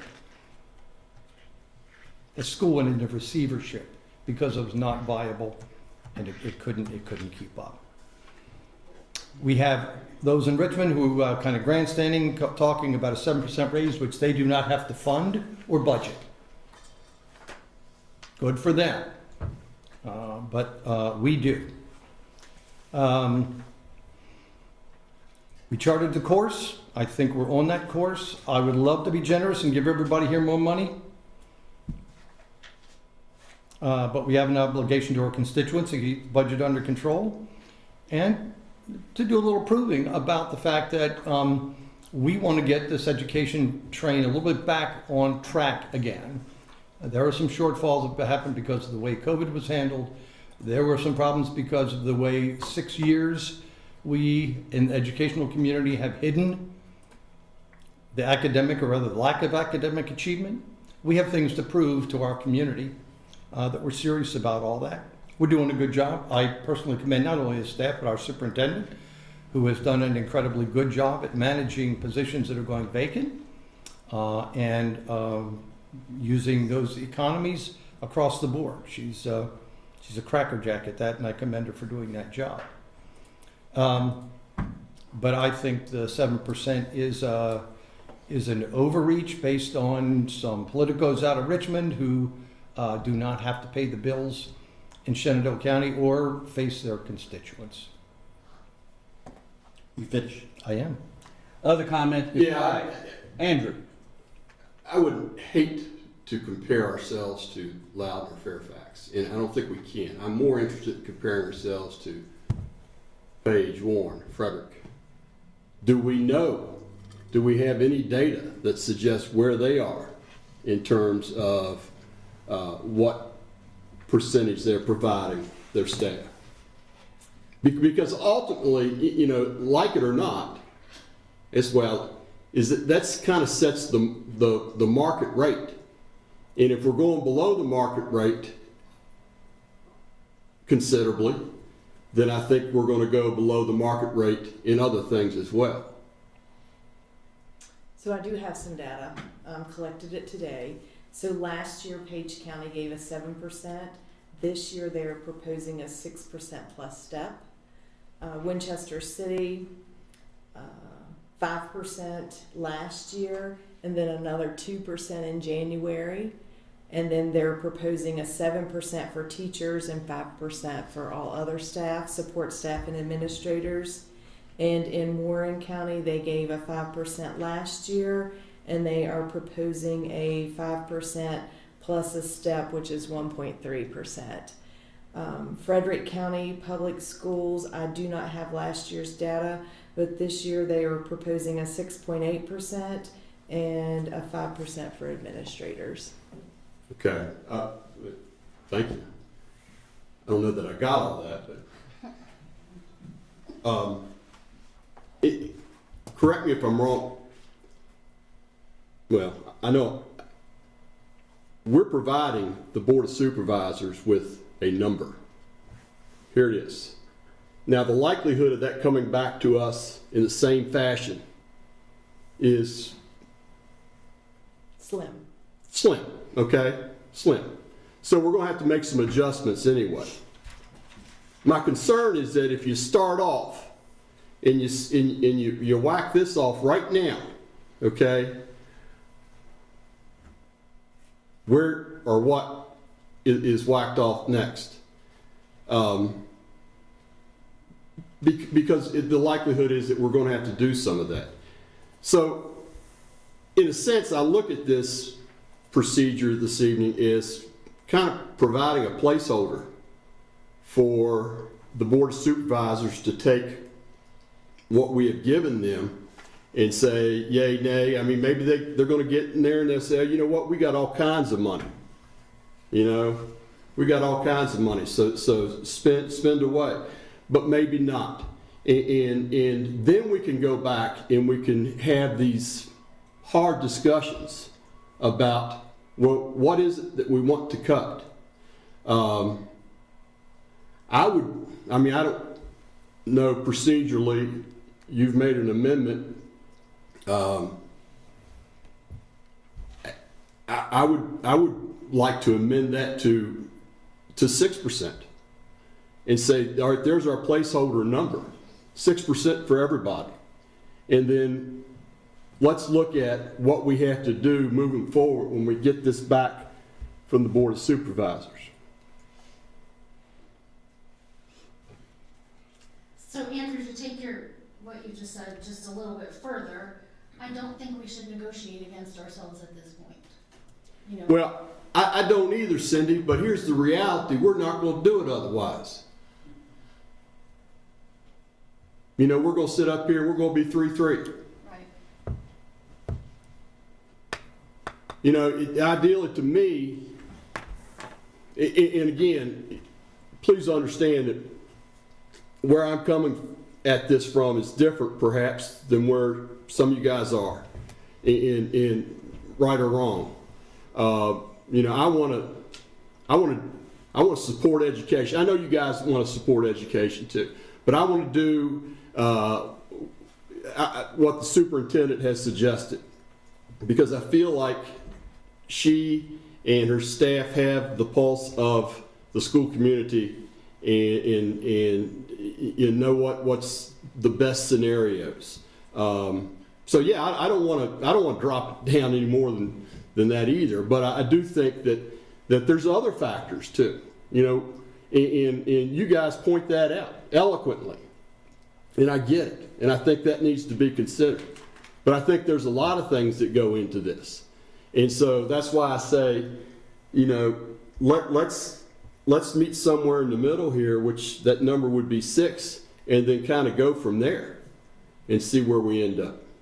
Because we might end up right there, okay? And I don't think anybody's going to hold you to where you said 6 and now we're at 5.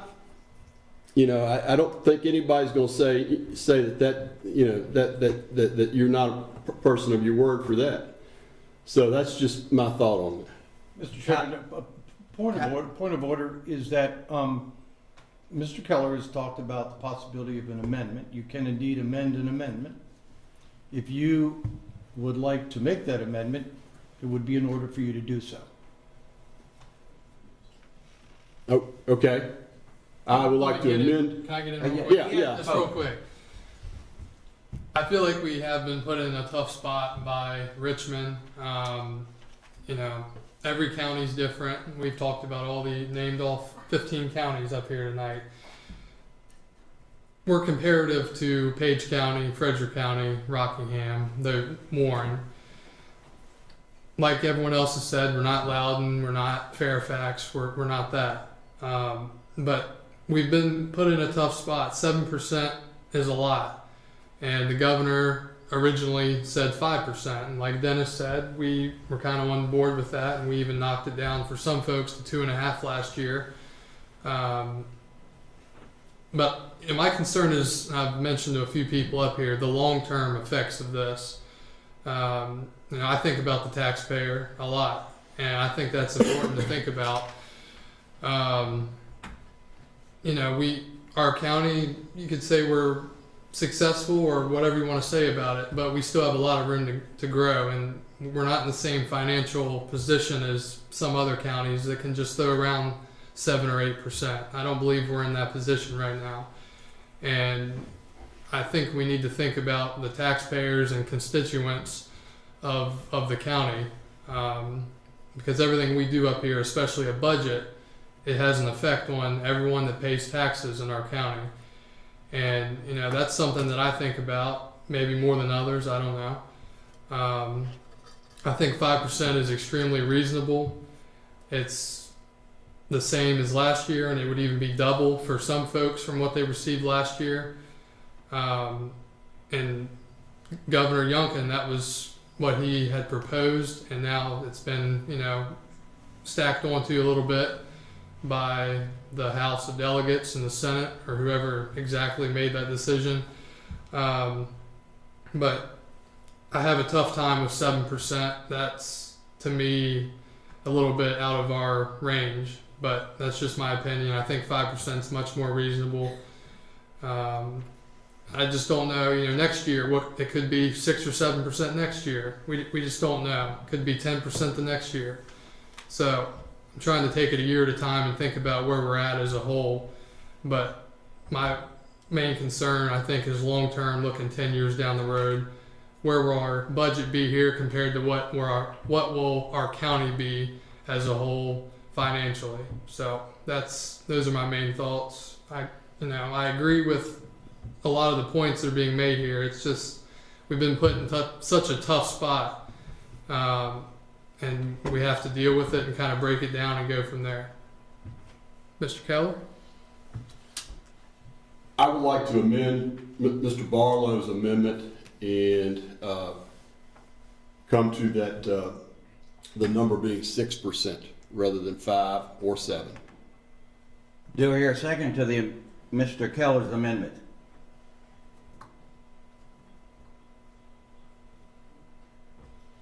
I second it. Okay, motion made by Mr. Barlow. Second. Discussion on the amendment, to the amendment. The motion was by Mr. Keller, the second was by Mr. Barlow? Yes. All right, and then please tell me exactly how you want the amendment to be worded. I'm sorry. You moved So, to I'm sorry, what I should have done, let me give you the paper of my amendment, and then it will reflect the same thing, but 1% down from that, correct? Correct. Okay. So let me, how about, you don't mind passing those down there? And I'll take this over to,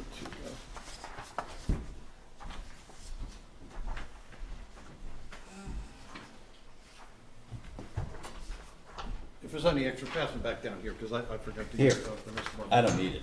Okay. You're gonna get whether you know it or not. I need it. Okay. And again, nothing in concrete, nothing set in stone, but something to give this guy when he leaves tonight. Ms. Barlow. Okay. Mr. Keller posited the fact that we will have, I'll use the vernacular, another bite at this apple at another time. If that is indeed the case, I can support that as being a compromise to be able to turn something over to Board of Supervisors, and as we await the final authorities, call it that, it's loose, from Richmond, as long as there's an understanding on this board that when it comes time for that final decision, that it's not like it's already decided, it's off the table. And if we have that professional understanding, then I would feel fine with presenting it to the Board of Supervisors with that understanding. Other discussion? Well, I have some. It is amazing to me that we had work session on the budget, Dennis and others, that this had not surfaced. And I have a theory on why that is, but I think I'm going to keep that to myself. We should have done that when we had our work session on the budget last Thursday or 2 Thursdays ago. But it surfaced now, and I think it is basically political. And I do not remember voting on the budget last year 5%. That was an implication that it was understood to do it this year. Somebody can check the record. I can be wrong, but anyway. The point of order, Mr. Chairman, I am really very upset that twice tonight you have professionally impugned me.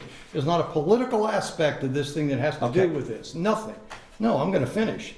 And the fact that I have been asking questions of the superintendent the last 2 weeks about these, the 7%, I'm trying to find out what the authority is that we're actually required. It's not even fully passed yet by Richmond, and I'm being accused of playing politics because I'm worried about my constituents and how they view this.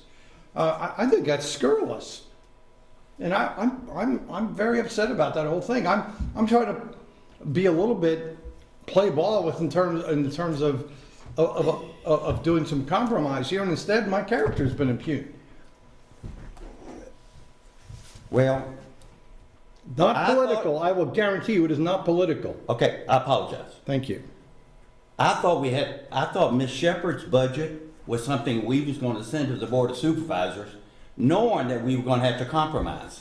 We're taking a vote tonight. That's what it's for. That's why we're here. Chair, if I could, I'd like to remind what happened at our last board meeting. We had a very lengthy presentation about sped discipline in the laws. We didn't have time. In fact, it ran right into our public meeting. We didn't have a work session to discuss this. We got slides to begin with. We got our budget book on the 28th. We got no work session to discuss it or to have any conversation about it. And today we're asked to pass it. That's what happened at our last board meeting. As far as Warren County goes, just please be mindful that these are proposed. Nothing's been passed. Warren County is waiting actually on the governor to find out, because they don't want to over budget. So again, there's a whole lot of cogs in this wheel, but we should be honest about the conversation. Mr. Keller was out at our last work session. We had other things besides the budget to discuss and to presentation, and we didn't get to discuss it. Now, if you want to table this and have another work session to discuss it, we can do that. But this wasn't political. Okay. All right, what's the wishes of the board? Are we ready to vote on the amendment to the amendment? Hey, Ms. Jett, would you read the amendment to the amendment? I move to amend the amendment to change the salary increase to 6% instead of Mr. Barlow's proposed amendment of the presented fiscal year 2024 budget under the fourth paragraph of the explanation and summary, the major highlights of the fiscal year 2024 budget. Strike the first bullet where it says 7% increase to align with the General Assembly's proposed salary increase plus step of $4,669,778 and insert the bullet 5% salary increase to align with the state budget approved in 2022. Any more discussion on the amendment to the amendment?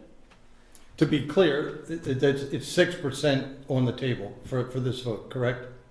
Yeah, I move to amend the amendment to change the salary increase to 6% Thank you. instead of. No further discussion. Roll call vote.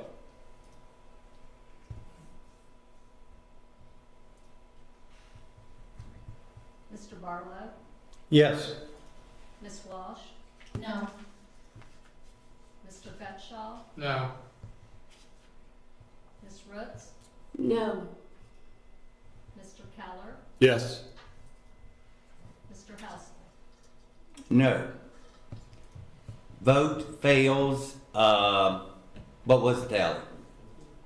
2-6. 4. Okay. Okay, we'll go back and vote on the amendment.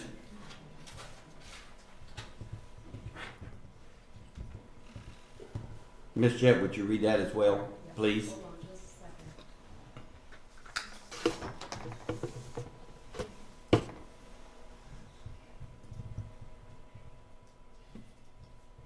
I move to amend the presentation. I move to amend the presented fiscal year 2024 budget under the fourth paragraph, the explanation and summary, the major highlights of the fiscal year 2024 budget. Strike the first bullet where it says 7% salary increase to align with the General Assembly's proposed salary increase plus step $4,669,778 and insert the bullet 5% salary increase to align with the state budget approved in 2022. Thank you. Roll call vote. Mr. Barlow? Yes. Ms. Walsh? No. Mr. Gutschall? Yes. Ms. Roots? Yes. Mr. Keller? No. Mr. Housley? No. Vote is 3-3. It is. The amendment fails. Now we are going to vote on the original motion. Does anyone have any discussion on that? Okay, roll call vote. Okay, and this is the motion. I move to approve the fiscal year 2024 budget as presented. Mr. Barlow? No. Ms. Walsh? Yes. Mr. Gutschall? No. Ms. Roots? No. Mr. Keller? Yes. Mr. Housley? Yes. Vote fails 3-3. All right, colleagues. Suggestions are how to resolve this. Do we want another work session? Well, again, Dennis is right. I mean, nobody's going to tie anybody to whether it be 6, 7, 5%. My concern with 5, I think I've articulated, or at least tried to, I don't want to start off there. We might end up there. We might end up there. Again, I think, you know, I'd like to be able to hand the supervisors our budget and say, you know, 6% as a placeholder. It's nothing set in stone. I don't know what else, you know, we're going to be able to do here to come to some sort of agreement. I mean, I think that's kind of the number in between 7 and 5. My worry is that this is the time of year when we're trying to hire staff.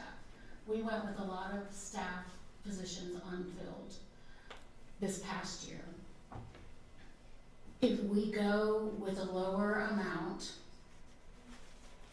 are we going to have even more unfilled this year? I totally agree with Brandy that it's not all about money, especially for folks who have roots here or who have made roots here. But when we are trying to attract new people to our community to fill some of these unfilled positions, I think we have to put in our best offer. We have to go high.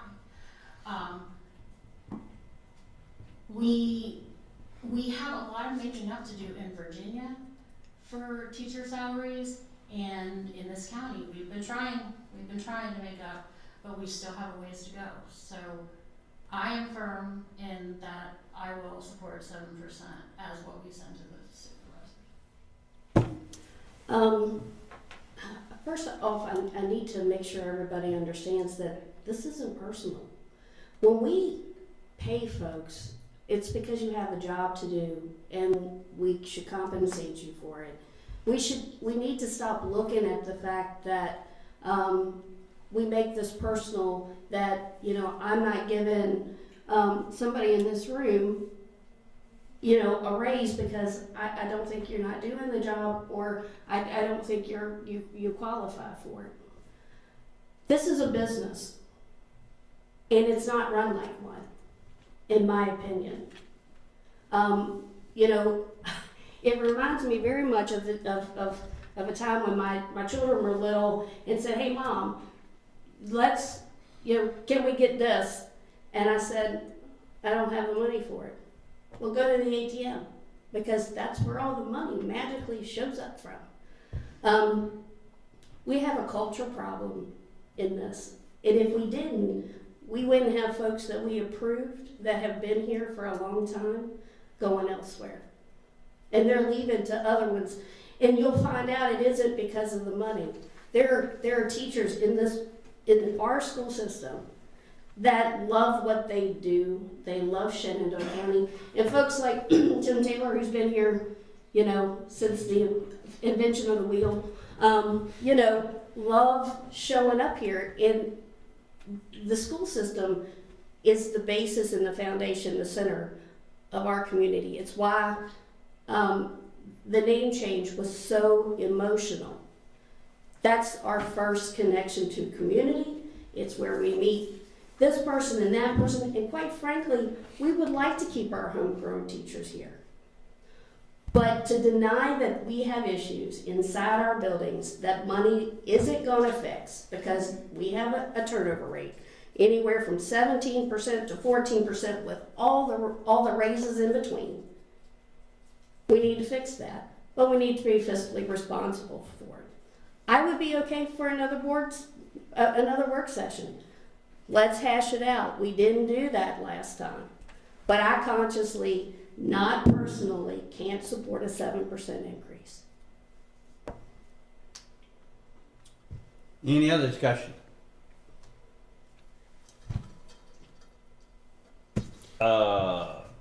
Ms. Shepherd, you got guidance for the chairperson? So if we're not going to approve a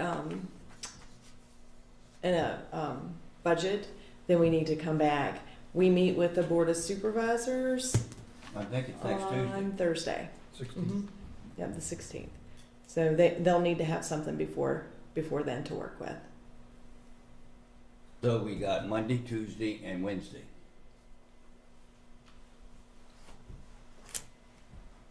And we need to give 3 days notice. Excuse me? We need to give 3 days notice. Well, let's keep hammering this thing out. I mean, again, whatever it is that we do, I mean, we're making a statement, okay? You're making a statement by saying stay at 7. You guys are making a statement by 5.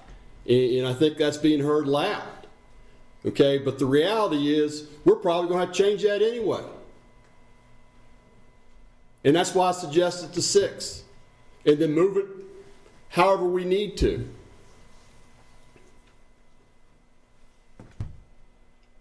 I mean, I think,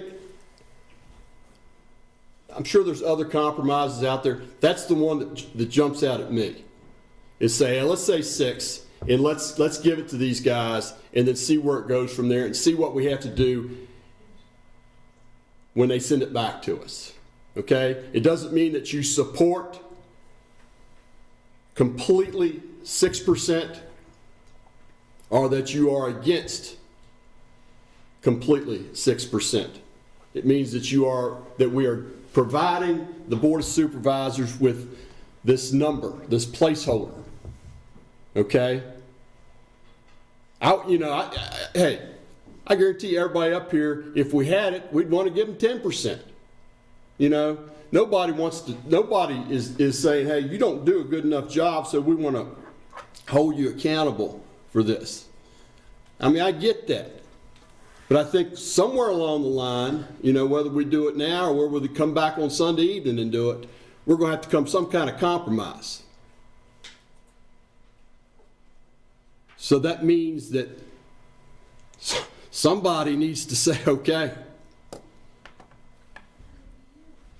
Dennis? In that vein, it was very interesting that nobody had anything to say about the needs-based budget, which would make me think that everybody has looked at what we've been presented that is needs-based and said, oh, it's good to go. Right. So all we're discussing is, let's face it, I'll just use my word, something that's been pulled out of a hat in Richmond and sent coast to coast across the state and said, Merry Christmas, do what with you, this little present you will. And that's where we are. And so that's why I voted for your amendment, okay? Let's do it again. Let's vote again, see what happens. I got a good feeling about Kyle.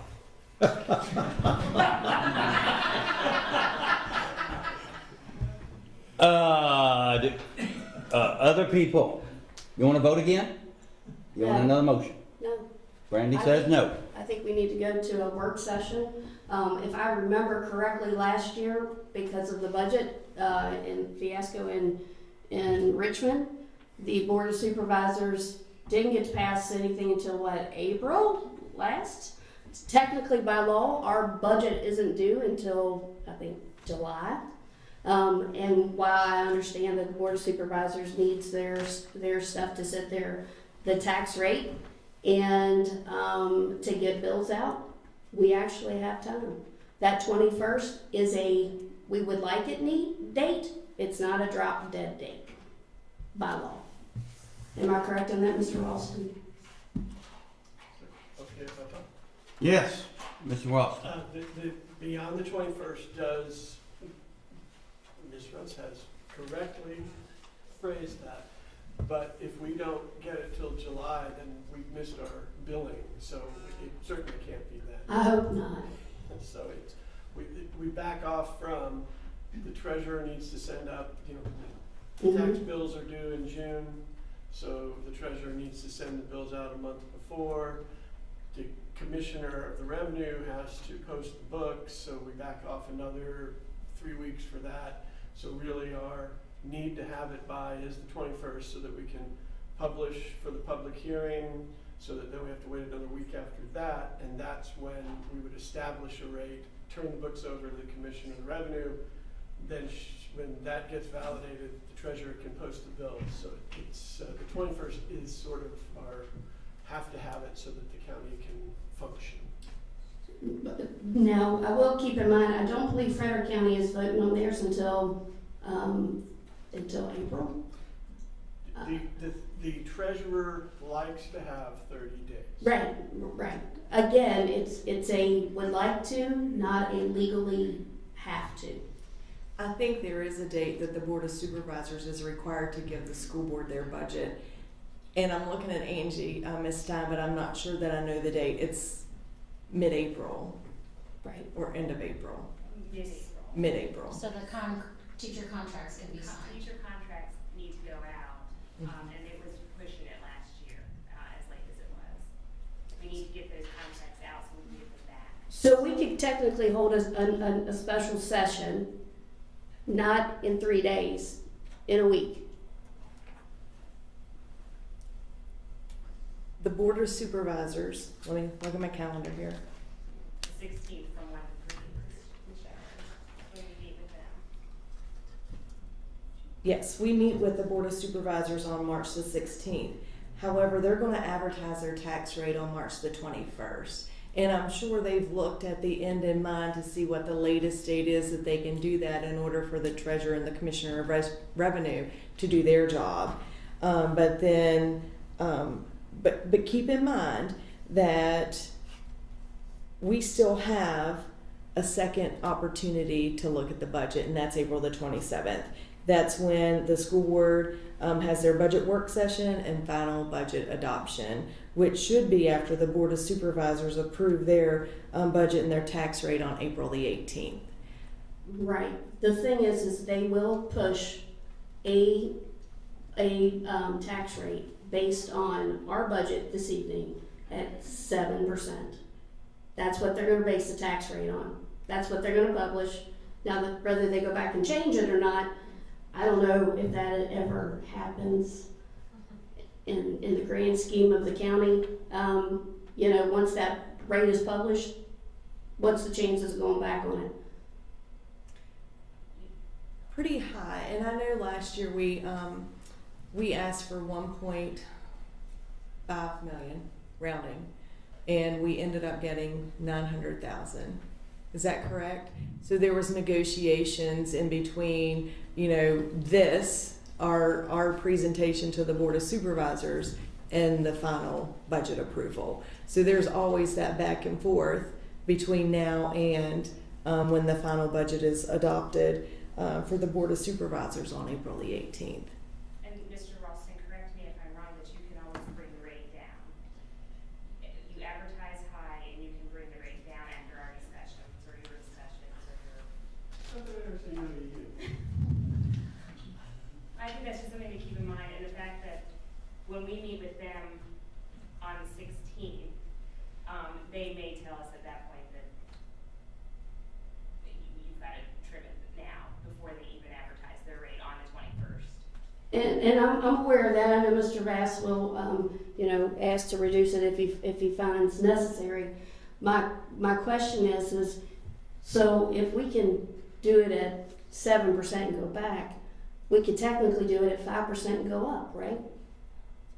I think though that it would be highly unlikely that the Board of Supervisors would give us more than what we asked for. I think I just don't. I hate to put words in their mouth, but I sincerely doubt. Mike Wakeman said this maybe on your post. He said it on somebody's post today. They're never gonna give you more than what you ask for, which is true. So we should ask for it if it's what the superintendent thinks we need, and then work backwards from there. Bear in mind, we don't do a line item reduction of your budget. We get asked for a lump sum, and we say yay, up, down, and how you divvy that up goes back on you. Right. Yeah, it goes against all those, you know, we didn't get funded here. Your Board of Supervisors didn't do this for us, and yeah, how government works. Again, I would like to have another work session. Before the work session with the Board of Supervisors. However you want to do it. So it's gonna have to, if we advertise for 3 days, it's gonna have to be on Wednesday, or or Thursday morning before the work session? So it could be Tuesday, right, Ms. Chet? Is it a special call? Yes. Uh-huh. Is that what we're gonna call it, a Mhm. special call meeting? Mhm. What the other colleagues think? We know what Andrew wants to revote. I don't know what else. Brandon does not. Kyle, what would you like? We can revote or just have a special work session. Oh, A or B? It doesn't matter to me. Okay, Dennis? I think if we have a work session, we're gonna come up with a 6% figure. Might as well do it now. Cindy? I don't want either. I'm firm. What's that? I don't want either. I'm firm at this. That's what I'm going to support for the teachers and staff in Shenandoah County. But You guys can do what you want and you can negotiate, and I'm not stopping you from doing that. But I am not going to come down from 7%. This is not the first time this has happened. Well, this is worse than a standoff than a 3-3. Yeah. Andrew? You got principalship experience. Does not help. Again, I would just say, let's not be so concerned about making a statement here as let's do our due diligence in moving this process along. And that's why I think the 6% is a reasonable compromise. We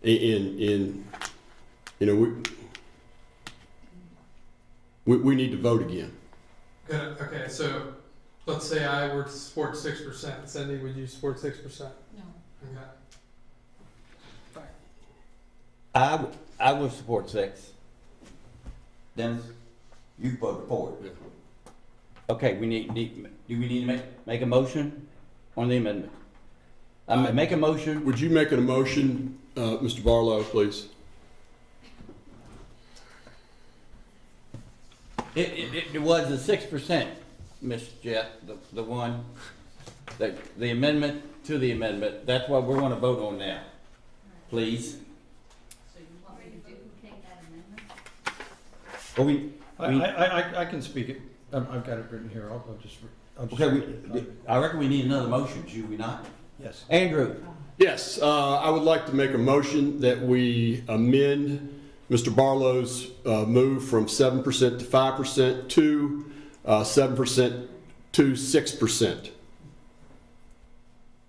you want the exact same motion that you had before? Exactly. I second that motion. Second by Mr. Barlow. Any more discussion? Wait a minute, let me just. I will wait for the good clerk. All right, so Mr. Keller? And then Mr. Barlow seconded? Yes. All right, and it's the exact same motion again?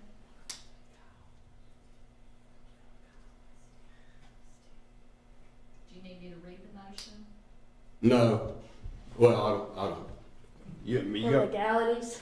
We're So it's the duplicate motion from before that we voted on, and it's, I move to amend the amendment to change the salary increase to 6% instead of Mr. Barlow's proposed amendment of the presented fiscal year 2024 budget under the 4th paragraph of the explanation and summary. The major highlights of the fiscal year 2024 budget, strike the first bullet where it says 7% salary increase to align with the General Assembly's proposed salary increase plus step of $4,669,778,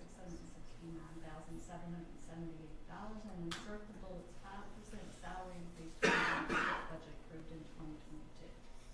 Thank you. Roll call vote. Question, excuse me, discussion. I want one more disclaimer that this is done with the understanding that that this is not our final action that we will take on the budget that we have. That's right. We Another may move it up to chance 7 or 8. to revamp, do whatever else we like as a board. Correct. And based on that, so that's all the discussion I have. Thank you. I have one clarification. So if Governor Youngkin does sign 7% and we do less, we risk losing matching funds. Because we won't do 12 over the biennium. Right. So we'll have to see the details of the actual final budget proposal. We won't know until then. Okay. Thank you. Any more discussion? Roll call vote. Mr. Barlow? Yes. Ms. Walsh? No. Mr. Gutschall? Yes. Ms. Roots? No.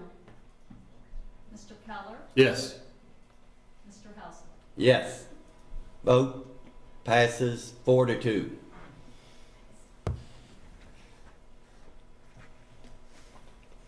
Are we, do we have to, we don't have to vote on the 7% anymore, do we? No. I hope not. All right, moving on. Well, Mr. Barlow. So that was an amendment that we passed. So I reckon The we got, main motion has not passed yet. okay, But didn't Andrew make a new main motion after the other thing failed? Well, I think we call it an amendment. Do we? Okay. Or did he make a new motion? He didn't amend it because the original one failed, correct? So we made a new motion that at 6%, which just passed. Dennis, you're satisfied with that? I am. I am too. Okay, moving on.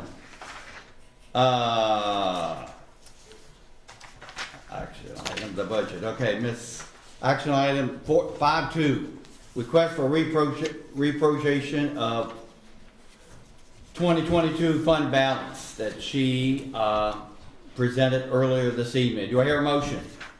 I move to approve the request for the reappropriation of the fiscal year 2022 fund balance. Thank you, Ms. Gutschall. Do I hear a second? Second by Mr. Keller. Discussion. Roll call vote. Mr. Barlow? Yes. Ms. Walsh? Yes. Mr. Gutschall? Yes. Ms. Roots? Yes. Mr. Keller? Yes. Mr. Housel? Yes. Pass 6-0. Would you believe it? 5.3, request to increase the special budget fund for 23 for ARP and ESSER that Ms. Stein shared with us earlier. Motion to approve. I so move. Motion by Mr. Barlow. Do I hear a second? Second. Second, Mr. Keller. Discussion. Roll call vote. Mr. Barlow? Yes. Ms. Walsh? Yes. Mr. Gutschall? Yes. Ms. Roots? Yes. Mr. Keller? Yes. Mr. Housel? Yes. That also carries 6-0. 5.4, request to increase the special budget fund for 23 early childhood provisional licensed teacher grant that Ms. Stein discussed with it earlier this evening. Motion to approve. I move to approve the request to increase the special budget fund for 2023 for the early childhood provisionally licensed teacher grant. Thank you, Mr. Keller. Do I hear a second? Second. Second by Ms. Walsh. Discussion. Roll call vote. Mr. Barlow? Yes. Ms. Walsh? Yes. Mr. Gutschall? Yes. Ms. Roots? Yes. Mr. Keller? Yes. Mr. Housel? Yes. That also carried 6-0. 5.5, personnel. Do I hear a motion to approve personnel for March? I move to approve the personnel list as presented. Thank you, Mr. Gutschall. Do I hear a second? Second. Second, Mr. Keller. Discussion, roll call vote. Mr. Barlow? Yes. Ms. Walsh? Yes. Mr. Gutschall? Yes. Ms. Roots? Yes. Mr. Keller? Yes. Mr. Housel? Yes, that carried 6-0. Case, Roman numeral 6, Superintendent Monthly Report. Any questions for Ms. Shepherd? No, I do have a comment though. Comment. There has been some report, I don't know the validity of it, and I know attendance is a big deal, and chronic absences are on our radar, but there has been some discussion or some information floating around that we are asking 6 students with fevers to come in to be checked by our nurses and then sent home. I don't know if there's any validity in that, but I hope not. The only thing I've said, the attendance report, the southern campus, all 3 levels, leads the county by percentage. All right, fundraiser. Oh my goodness, the end is near, colleagues. All right, board member comments. Who would like to go first? I will, if I could, please. Mr. Geller. I have nothing. Ms. Rooks, we'll go in order. Sure.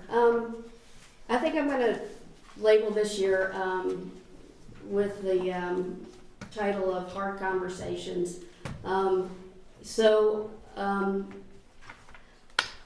Discipline has been on our radar, and we have talked about it numerous times within this panel. I know that there are folks that will listen to this meeting tomorrow, and get the scoop before the Daily prints it in 2 days. But there are just some general practices that I hope that I can remind you that if these practices, and I'll try to keep them short, are happening in your buildings, I'm going to ask you to reconsider how you handle them.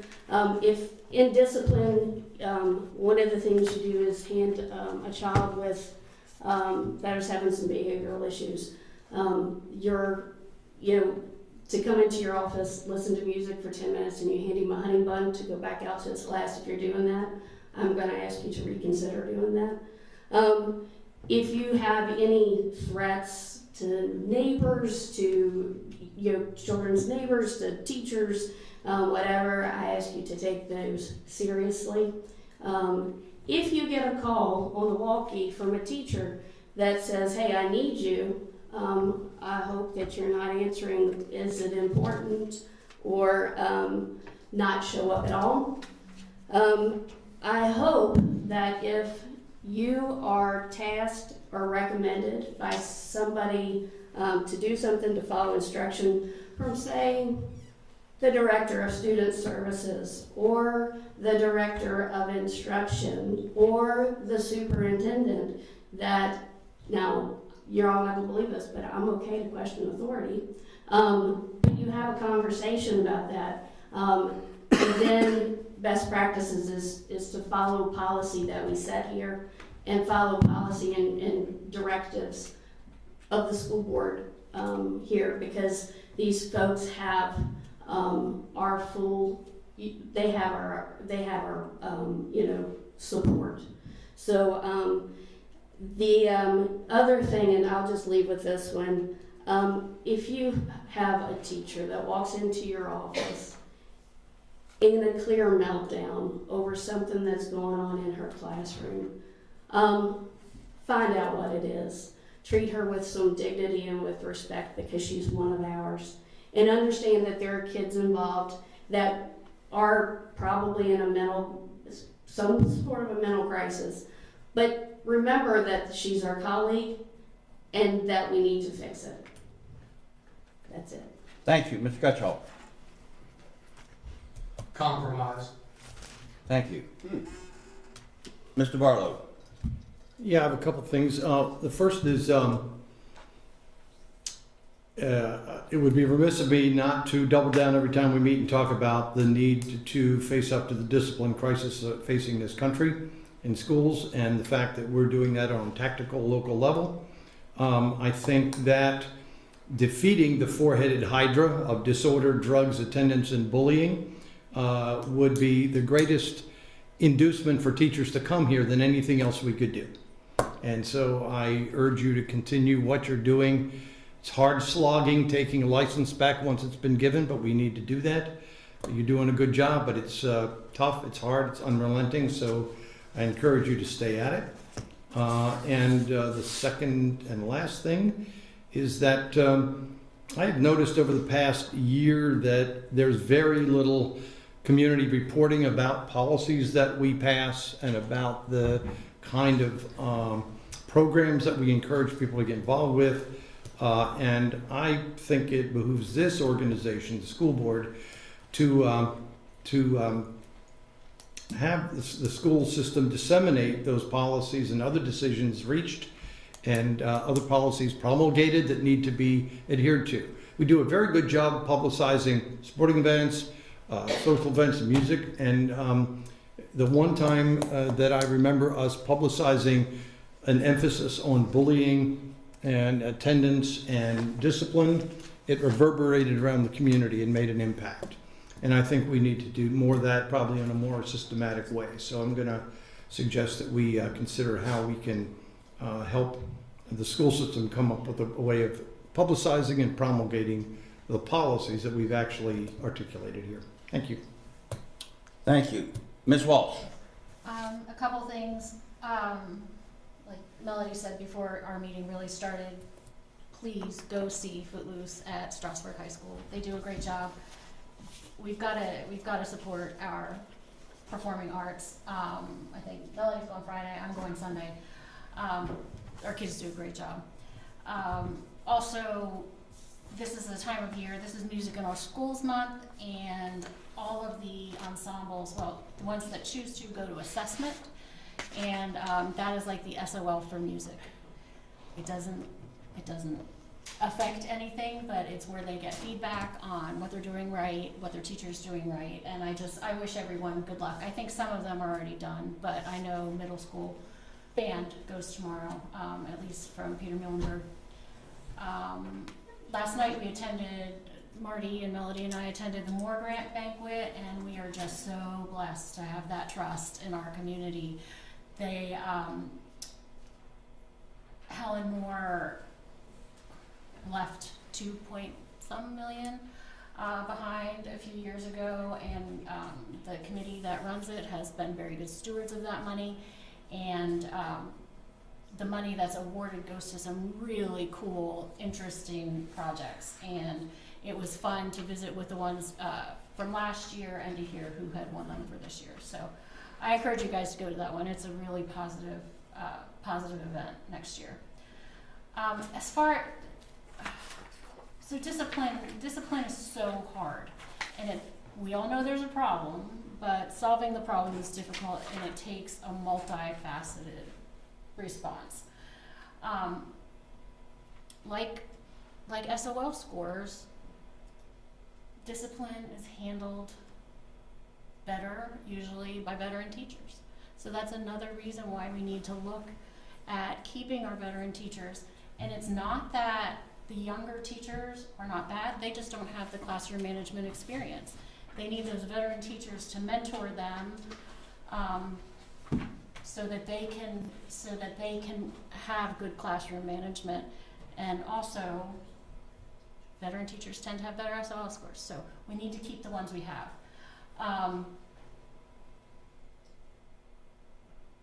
The other little thing, I think at the elementary schools, what would be helpful is a lot of the kids don't have a male presence at home.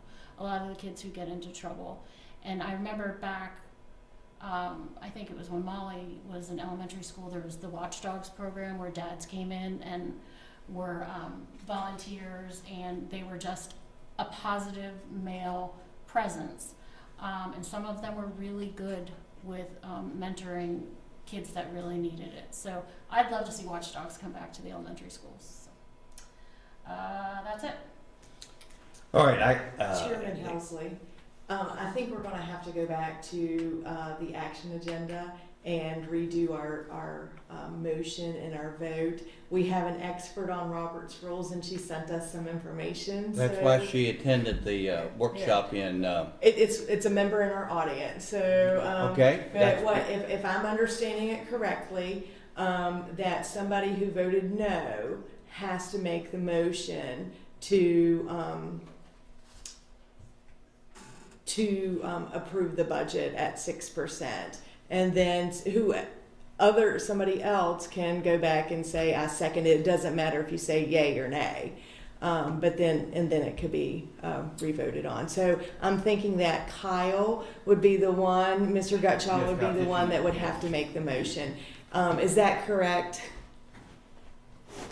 Yeah, so, yeah. Okay, Mr. Gutschall, you have a motion of action item, I think it's 5.1. Is that looking at my notes? Yes, sir.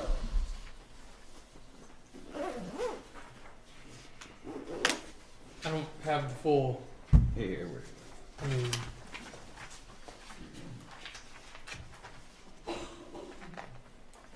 action 5.1 here. Would be 6%.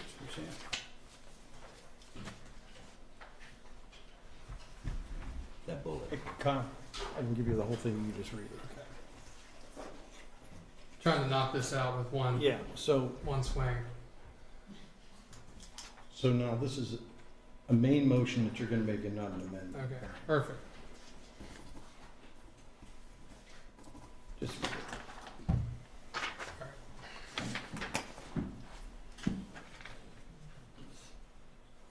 I move to accept the presented fiscal year 2024 budget with one revision. Under the fourth paragraph of the explanation and summary, the major highlights of the fiscal year 2024 budget. Strike out the first bullet, 7% salary increase to align with the General Assembly's proposed salary increase plus step of $4,669,778. And instead insert the bullet 6% salary increase to align with the state budget approved in 2022. Thank you. Do I hear a second? Let me type that in. So I have, it's not, Second to that motion. which one is? It's the Second. Second by Mr. Keller. We good, Cheryl? Oh, wait a minute. All right. Till she gets that together, I got a few comments, and I'm not gonna adjourn the meeting, and that will be more trouble. As Cindy said, I attended the Moore Trust banquet, and it's been in existence 16 years. She left $2.9 million to the county. Someone from Kansas that retired in your native Strasburg, Andrew. We awarded over 200 some grants that exceeded $2 million to our teachers in 16 years on the interest from the estate. All right. I got there early and I wandered to the kitchen. It's hard for you to believe that. And a young man in the Page's class was getting the dessert ready. And I talked to him briefly. I said, "How you doing? How do you like this program?" And he said this quote, and I will not forget this. "This program saved me." One student out of 5,300 students we got, he connected at one program in Triplet Tech. And I don't know whether it did accident or whether through Todd's program that directed him, whatever. That's a powerful statement. So that's something positive. Now I'm going to end with a commercial.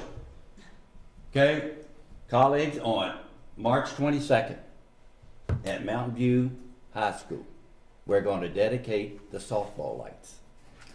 That has not been there, which has been a violation of Title IX since we instituted softball. And who got that ball rolling is Miss Shepherd. And she's going to be the guest pitcher. So out the first pitch. So it's worth going just for that. So there'll be quite a few balls before there's a strike, so. Are you And my gonna do as good- well with basketball?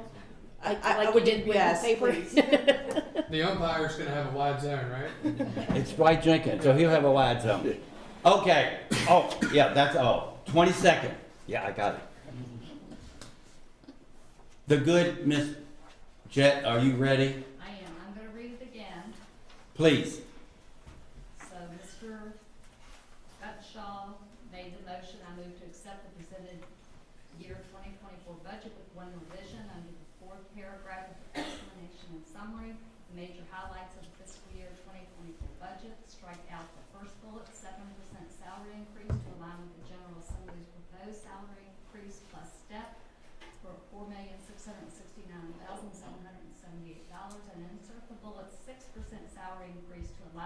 state budget approved in 2022. Thank you. Okay, so Mr. Gutschall made that motion. I don't think that's right. It was just 6%, wasn't it?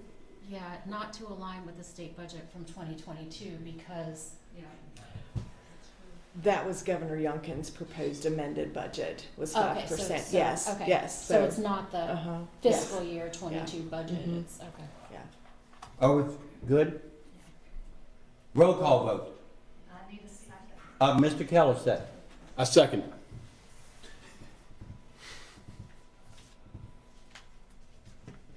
Mr. Barlow, Yes. Ms. Walsh, No.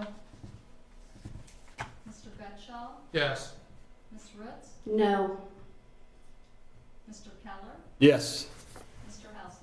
Yes. The meeting's adjourned. Carried. 4-2. Pass. Almost missed it. The meeting is over at 9:29. Randy, are you related to Probably. What's the